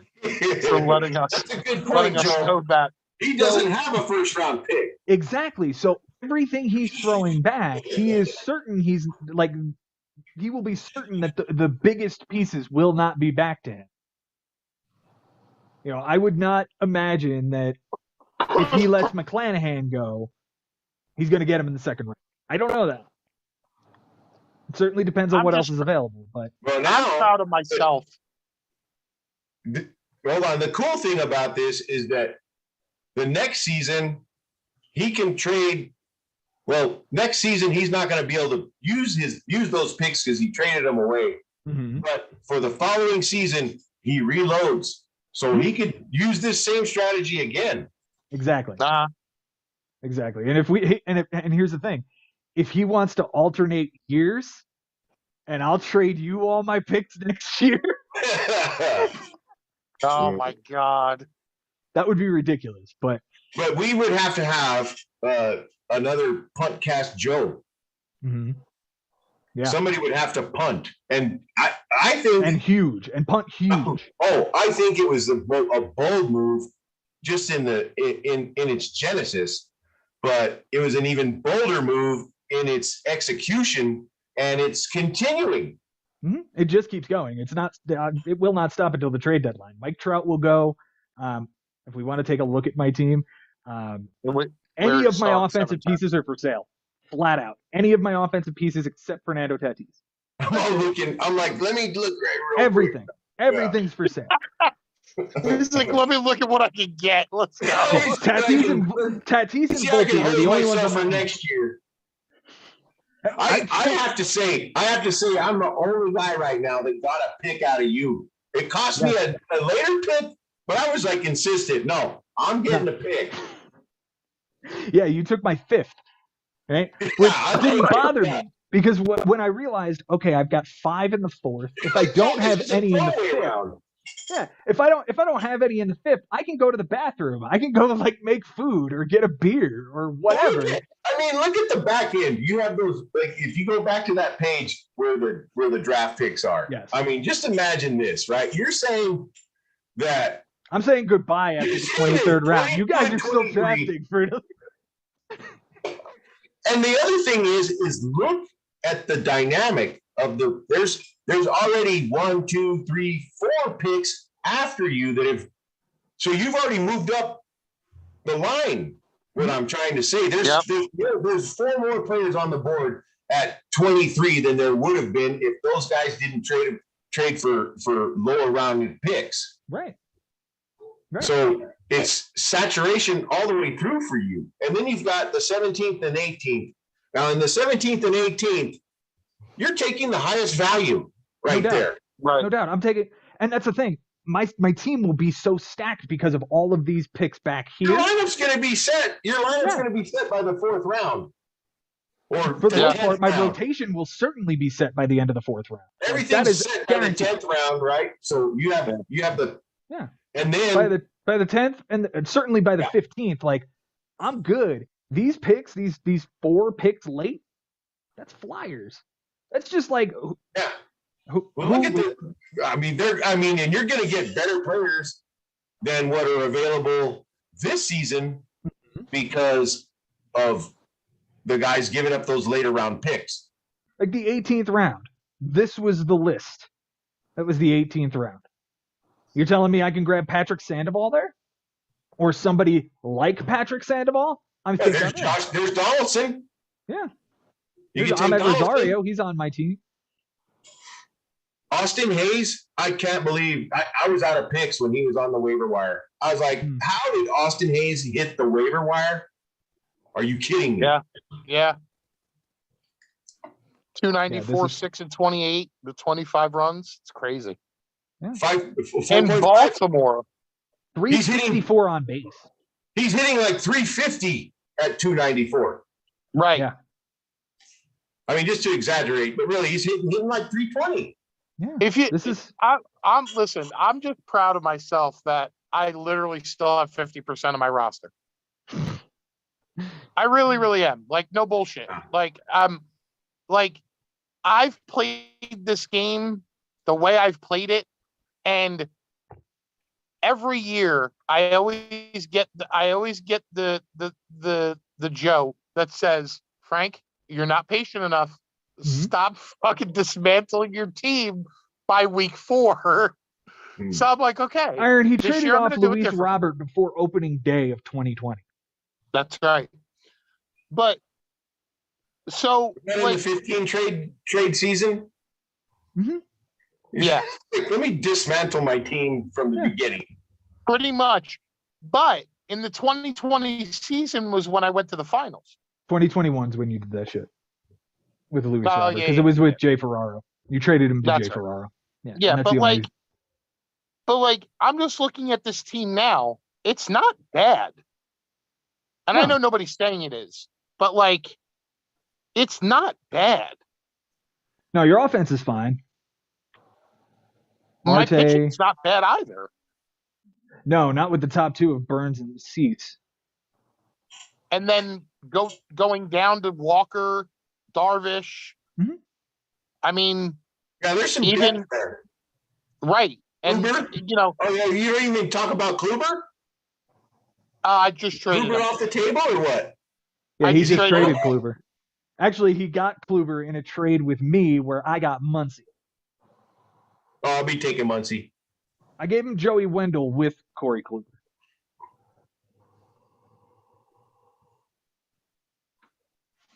You'll see Yeah, that Joey and now Wendell. I turned around Yeah. and traded Kluber. Wendell's not on your team anymore either.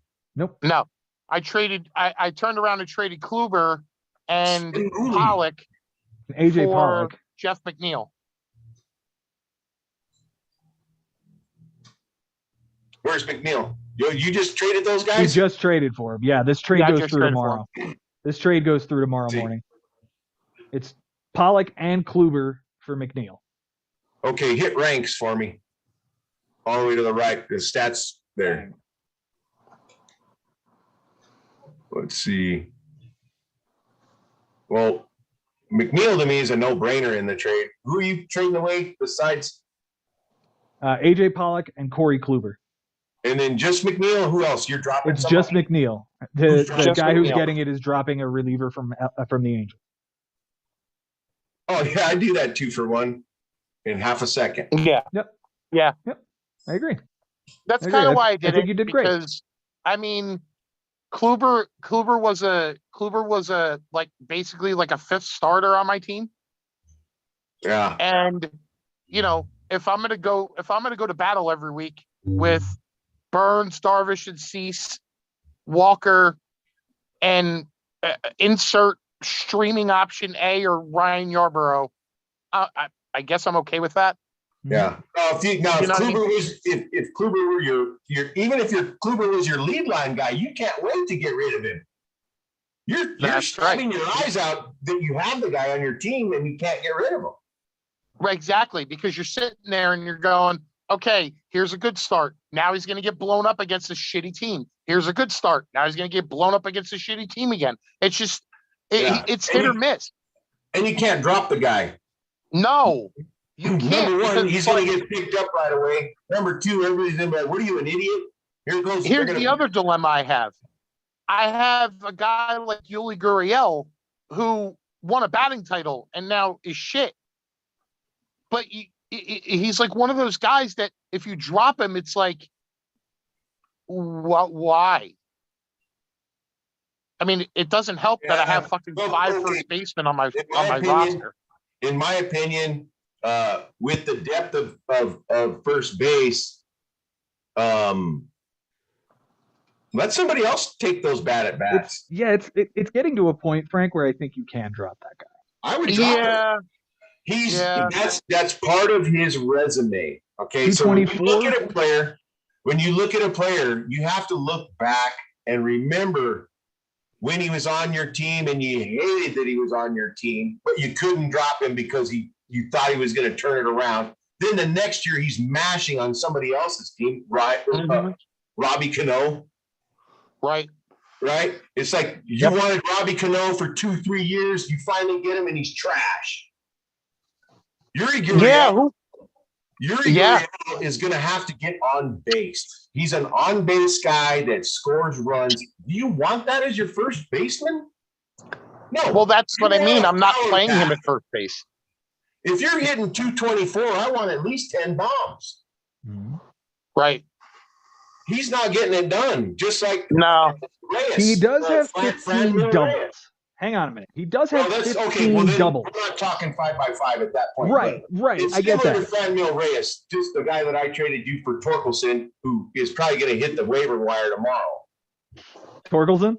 Yeah. Because Franmil hit the waiver wire once he got hurt. I was like, all right, that's. Oh yeah. Bye. That guy's trash. But you look at his resume, Franmil Reyes. You look at Yuri Gurriel's resume. It's not out of the question that they're not hitting. They've done this before. Especially Reyes. They're unownable if you want to win. Exactly. No, you're absolutely right. And I thought about that. And I because my lineup as it stands right now, every day is going to be Will Smith, Riley, most likely McNeil, and then likely you just gave up 2 dudes for him. No. McNeil is starting. No. McNeil is starting, but I'm not sure if I'm going to play him in second base or left field. Okay. So then I have Jimenez, who could fall off, but the guy's hitting like 310, 320, something like that. 308. 308. Okay, with great. A homer in each of his last 2 games. Exactly. An RBI in 5 straight. And he steals bases.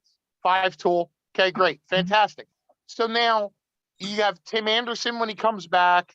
And then really the question mark is, do you play Matt Chapman? And then you move on to the outfield.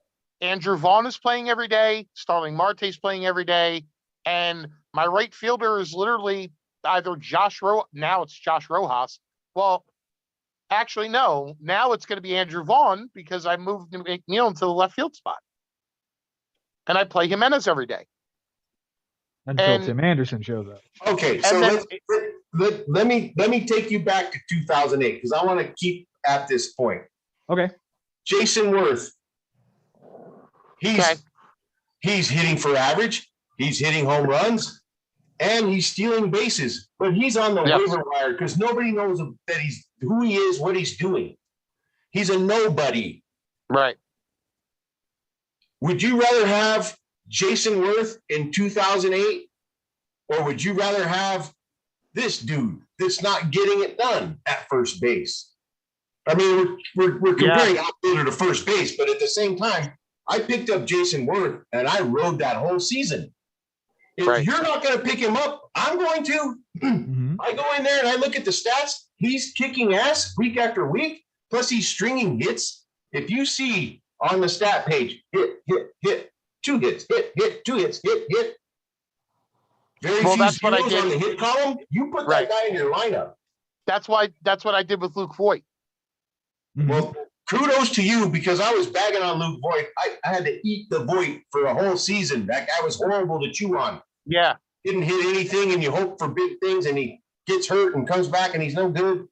But that's what I mean now. Like, he's playing first base for me. Well, it's similar to Robinson Cano. Yeah. He was unownable for seasons, but then he's in the top every year. Right. So Voigt could do it, and that's the type of first baseman that you're looking for. Who cares exactly. If he hits for average? If he does, that's a bonus. If he steals bases, that's a bonus. Exactly. And that's it too. Like, he's going to hit bombs. And, because now, like, everybody sleeps on Andrew Vaughn. Everybody sleeps on Andrew Vaughn. Okay. That's a guy I always look at. Yep. And I drafted him. because of what he did previous season. Marte I drafted, obviously. Pollock I drafted, but you know, what are you gonna do with a guy? You know what I mean? Like, if I'm not gonna play Chapman at third base, which I'm not because I'm playing Riley, I'm gonna throw him in the utility spot. But every week, every day, I have the up and down of, am I playing Gurriel or am I gonna play Chapman? I didn't play Chapman yesterday. I played Gurriel, got an 0 for 4. I played Chapman today, sacked Gurriel, and I got a 3 for 4 out of Chapman. You know what I mean? Like, so I respect that, your opinion on that, because I look at it and I really say to myself, I don't like to carry I don't like to carry a large offensive bench in this league. No, I hate it because I like one guy maybe. Yeah, if you ask Joe, like the first like 4 or 5 weeks, I think like I went like my bench hit under 200, and you know He was having a great year on the bench. Like, right, it was and really that's what solid. I mean. Like, and I hate having to make those fucking decisions, and I can't stand it because it's like, okay, am I going to play this guy? Did I make the wrong move? If I don't have a deep bench, oh fucking well. Okay, I'm riding with the guys that I'm playing. Let's look at Chapman and Gurriel. Yeah. Right, you guys see my screen? Yes. Yes. Okay, so on the research assistant on Yahoo, you pull up Gurriel and Chapman. Gurriel projects rest of the season to be better than Chapman. But okay, so he ranks here. He's got a 57 on utility. Chapman's 82 on utility. So that's just raw hitter numbers right there, right? Yeah. We're saying Gurriel's the better hitter than Chapman. But the experts say different. The transaction trends say different. Yep. Okay. And then if you go up here and you say, all right, how about next week? Who do I want to own next week? Chapman. How about for the next 2 weeks? Chapman. Yep. Let's see what was today. Chapman. Yep. Okay. So when you're looking at projections, they're only as good as the projections that were put in the beginning and how well they're maintained over the season. When you have a guy that's outperforming the higher projected guy, Fan is going to have him on his team. So I would recommend Chapman over Gurriel right now. Yep. Yep. And just because I know that in the past, Gurriel has been trash to own. He's on the waiver wire. You pick him up here and there, he does okay, and then you have him on your team and you're like, I can't have him on my team. That's his history. That's where he is right now. That was tremendous. That was fucking tremendous. I want to see exactly what you were looking at here, that research assistant. Is that Hey, come on, bro. I'm digging deep every time I can because that was awesome. All right. I gotta figure out how to okay, stop share. There we go. There we go. What are you thinking, Joe?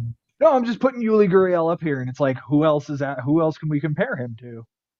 Yeah, because it's like at first base, just in the Double A Pro League, on the waiver wire. Let's see. I was talking to the U-Dogs about this, the underdogs, former champion. Jace Peterson, Miller, Cooper, Chavis. Chavis is a dog, man. He's into it. Yeah, he makes defensive errors. You're gonna not like him in the bigs because he's error prone. How many errors? So is Tim Anderson, but I'll take the latter. Yeah, but it's fine when it's Tim Anderson. When it's Michael fucking Davis, like here's Pavin Smith. I dropped him on the 30th. He hits a bomb on the 30th. Three-run bomb. Pavin Smith changed his foot position. He used to take a big leg kick. Now he's just doing a half step. His batting average is going up. Yeah. He's position eligible. It's first in all four outfields, or all three outfields rather. Yeah. Right. Solid player. And then, of course, you've got Ruff and Choi's a platooner. But even Miggy. What's wrong with Miggy right now? Nothing. He's producing in that lineup. He's got hits in 1, 2, 3, 4, 5, 6, 5 of the last 6 games, and today he went 3 for 3. Damn. Oh, by the way, Joe, he's batting fourth. Look at the waiver wire now. We're gonna go look at the waiver wire in the bigs. As Frank, you can find your Uriel's name because he's definitely there. Let's get you a replacement. Who'd you pick up? No, he just dropped Gurriel. Oh, okay. Let's get you a replacement. Oh, I have my replacement. What was he on the bench? Yeah. Gurriel was on the bench. Yes. Luke Voigt is the new first baseman here. Yep. All right.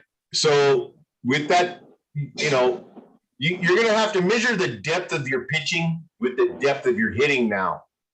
You've got Luke Voigt, who may pop the balloon next week and go back flat. Okay? You need to have somebody in mind or somebody that's on the bench that, look at Voigt. Look what he projects. Look what he projects for the rest of the season and the next week. All you got to do is put in the time and the research on the waiver wire. And then you compare your guys on your pitching staff. How valuable are they? Because that research assistant will help you on that. It'll compare pitcher versus hitter.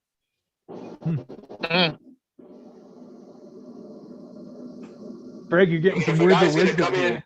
What's that, Joe? I said you're getting some words of wisdom here. I love it. I fucking love it. If like for instance, you had Rasmussen, right? I don't. No, you had who's that perennial guy that comes in and just Yarborough. Yarborough. Yeah. Okay. Fungible. Is he a solid starter? No. Is he going to get you saves? No. What is he doing for your team? Few cats? How many categories is he contributing? Is it going to be better to have a guy on the offensive bench that's going to come off the bench when Thursday off day, Tuesday travel days happen? Leverage it. See what's going to work. You might even find a guy that's better than your starter Luke Voigt. I think you can find somebody that's better than Voigt. Well, let's see who's better than Voigt. Let's share the screen of who's available in the league. First base eligible players. We're looking at Christian Walker, Seth Brown, Michael Chavis, Daniel Vogelbach. Walker, 301 OBP. Mm-hmm.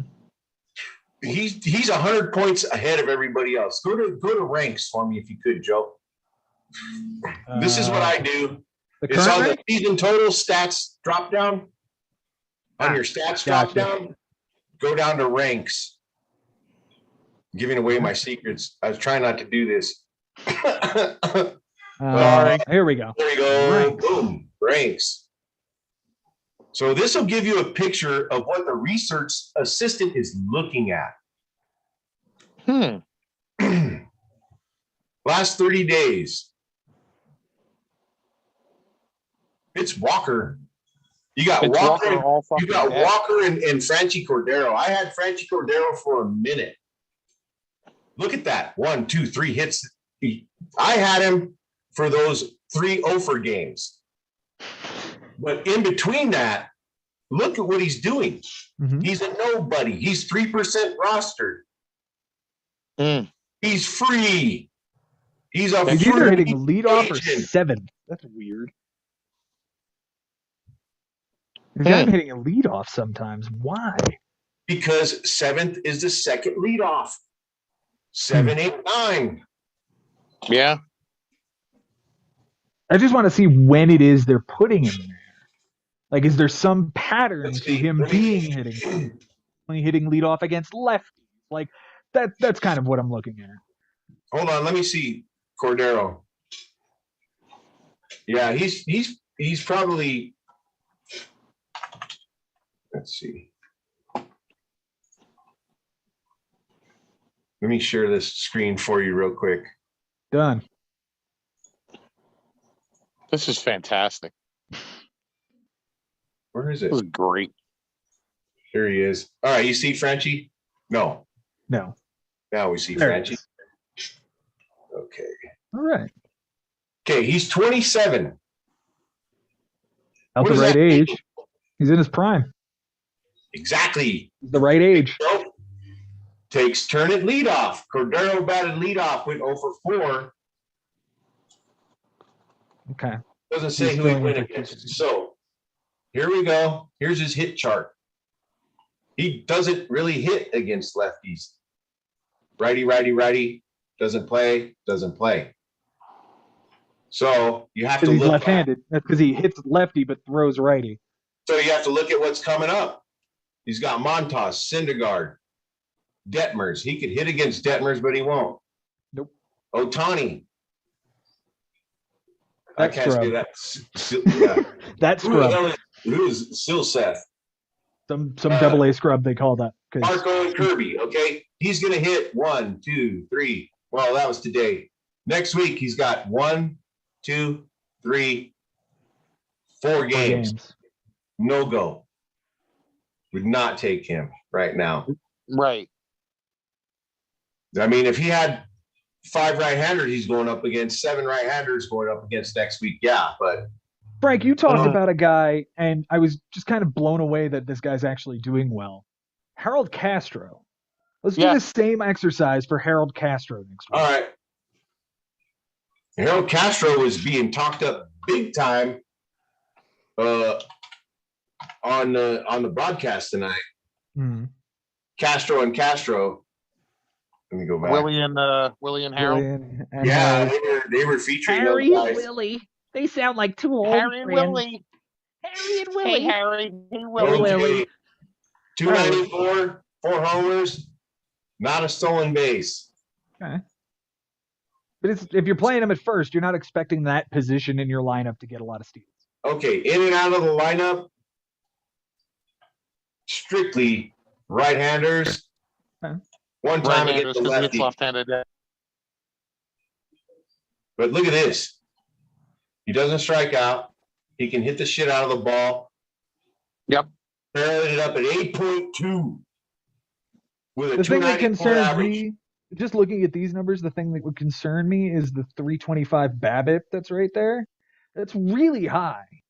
So that would explain a high batting average right now. Well, let's see what he has.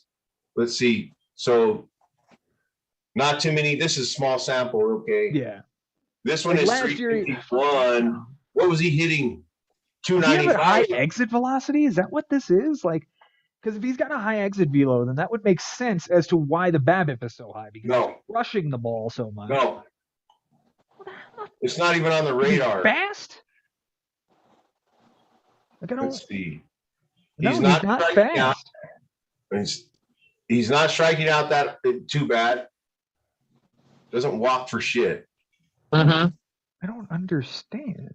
Contact rate. That's it. That's a The lot. Yeah. That's a high contact rate. That might The contact might rate.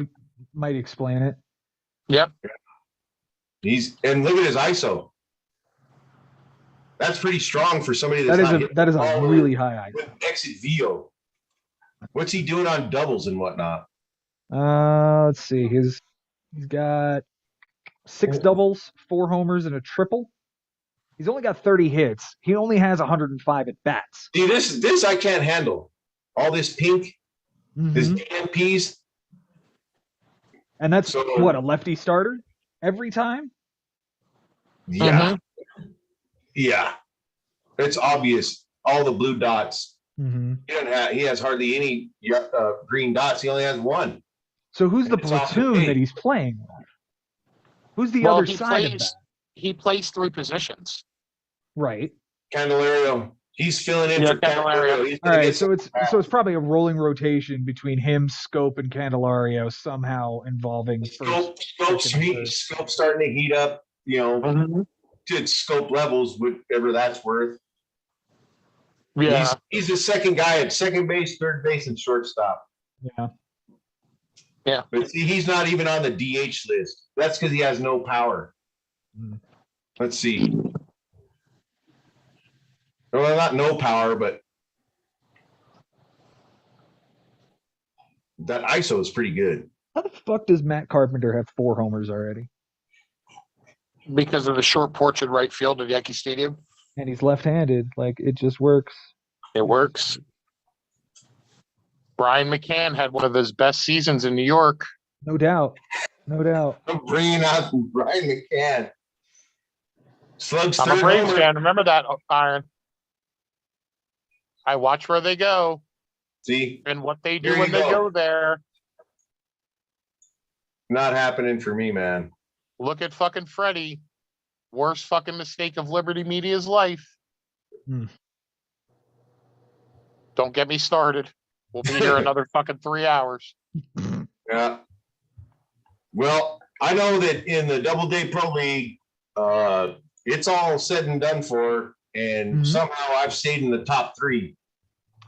Yeah, it's all Right. over in the bigs as well. I'll be dropping to 5th now. I'm going to 12th. Oh, I'm sorry. Yeah, you got the beat down this week, Frank. Mhm. Yeah, well, Mhm. listen. Regardless of what Costas decides he wants to say, I mean, come on. I'm a better manager than he is.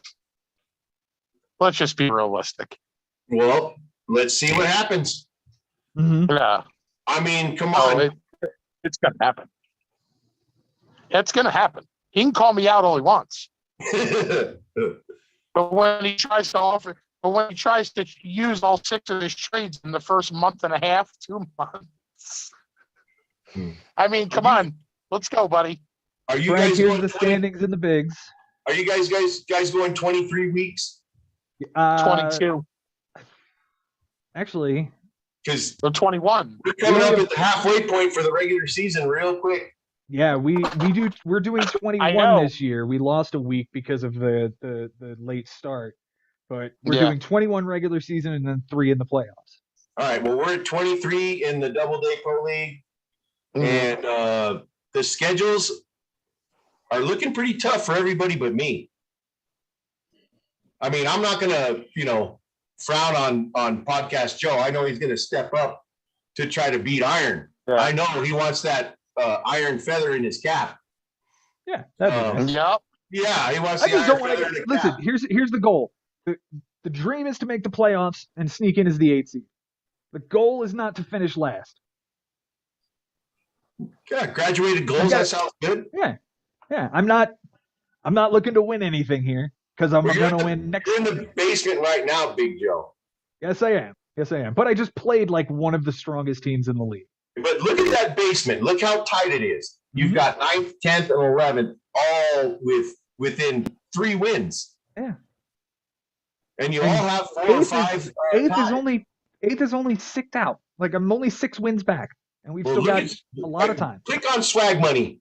He was losing the last 2 days. Mhm. Big time. 18 bombs? Wow. I mean, You got 3 out of Riley. You got 3 out of Judge. Mm-hmm. 2 out of Sanchez, who wore me the fuck out this week. well, he's got Suarez, 2, Cronenworth. 1, 1, 1, 1, 1, 1. Yeah.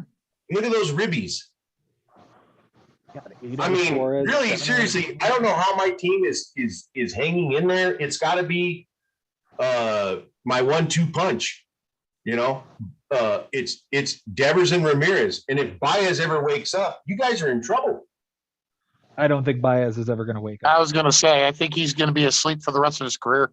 His power will be sapped by Detroit without question. And absolutely. It is already being shown that is the case. That's true. Like, he is not. Or at least he's not This a is keeper not- for me. Yeah, this is not a player who is going to age well either.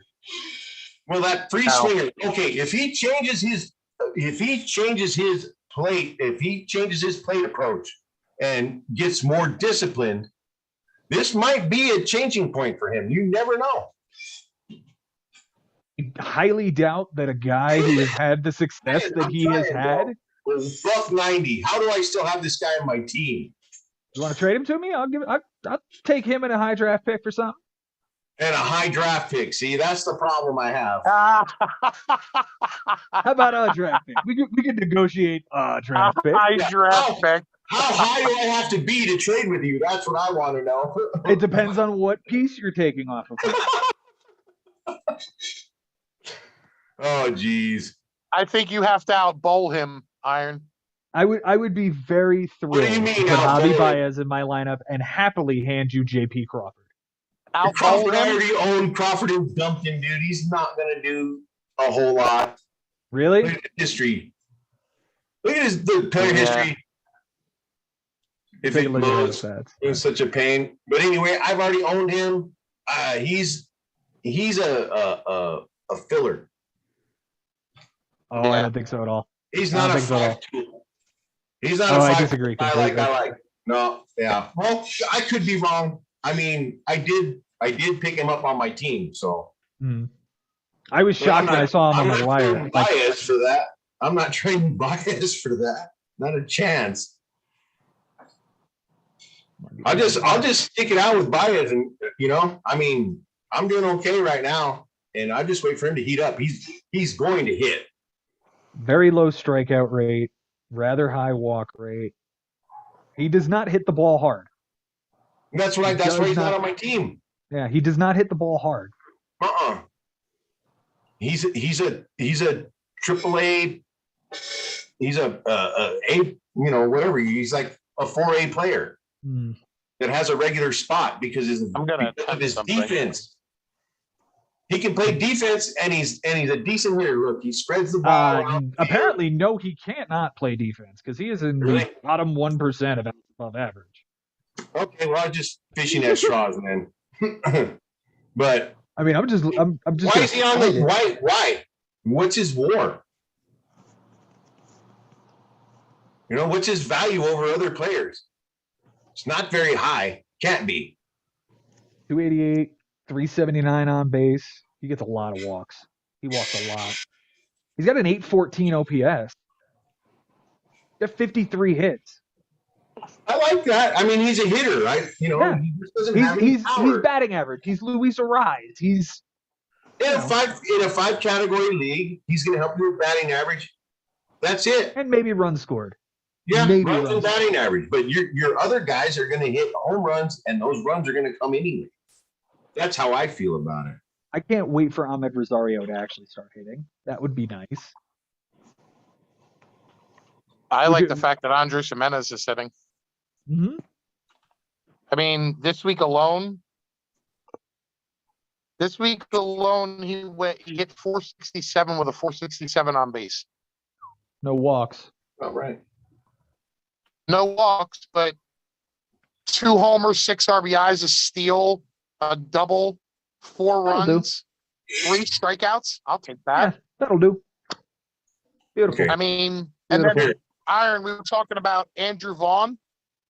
Yeah, hold on. Let's look at Crawford real quick, and then we'll put Vaughn up there. Oh, God. Okay. I'm sorry. Crawford is a great hitter. There's no doubt about it. But he doesn't barrel up the ball, and he doesn't have any exit VO or hard hit rate. Right. So you're sacrificing home runs and RBIs. He's Tony Gwynn. Yeah. Okay, so let's look at that's the exact same thing you would have. Like the layout would be the 100 percentiles all the way out for all of those green categories for Tony Gwynn. Andrew Vaughn, Yeah, 24. Andrew, He's Andrew 24. Vaughn this week alone. He's hit his 6th What's homer. that? He's only 24. And he went 4 for 5 the other day. Exactly. Damn, that's good. That's a good day. That's a good This week. week alone, 423 with a 444. Yeah, 4 look what he runs, did. 3 doubles. Look what he did in AAA when he had to go down there for 2 games. Oh yeah, like hello. trying to cover off the ball.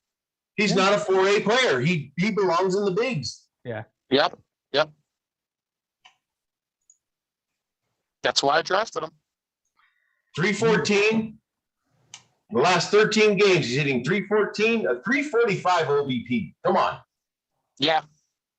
Anytime you're in the 8s or 9s, that's good. That's ownable. I mean, Striking out on the season, he's only struck out 25 times in 126 at bats. well, That's strikeouts. 20. That's 20-ish%. Okay, so look, this is what I say. Look at what the manager is doing. He's trying him out against lefties, right? Okay, yeah, I know he can hit lefties. 9th, 6th, 9th. And now, what is he doing? He's up at the front of the line. Mm-hmm. Yeah. That's the thing with, the White Sox aren't necessarily a small market team. They're probably a mid-market team.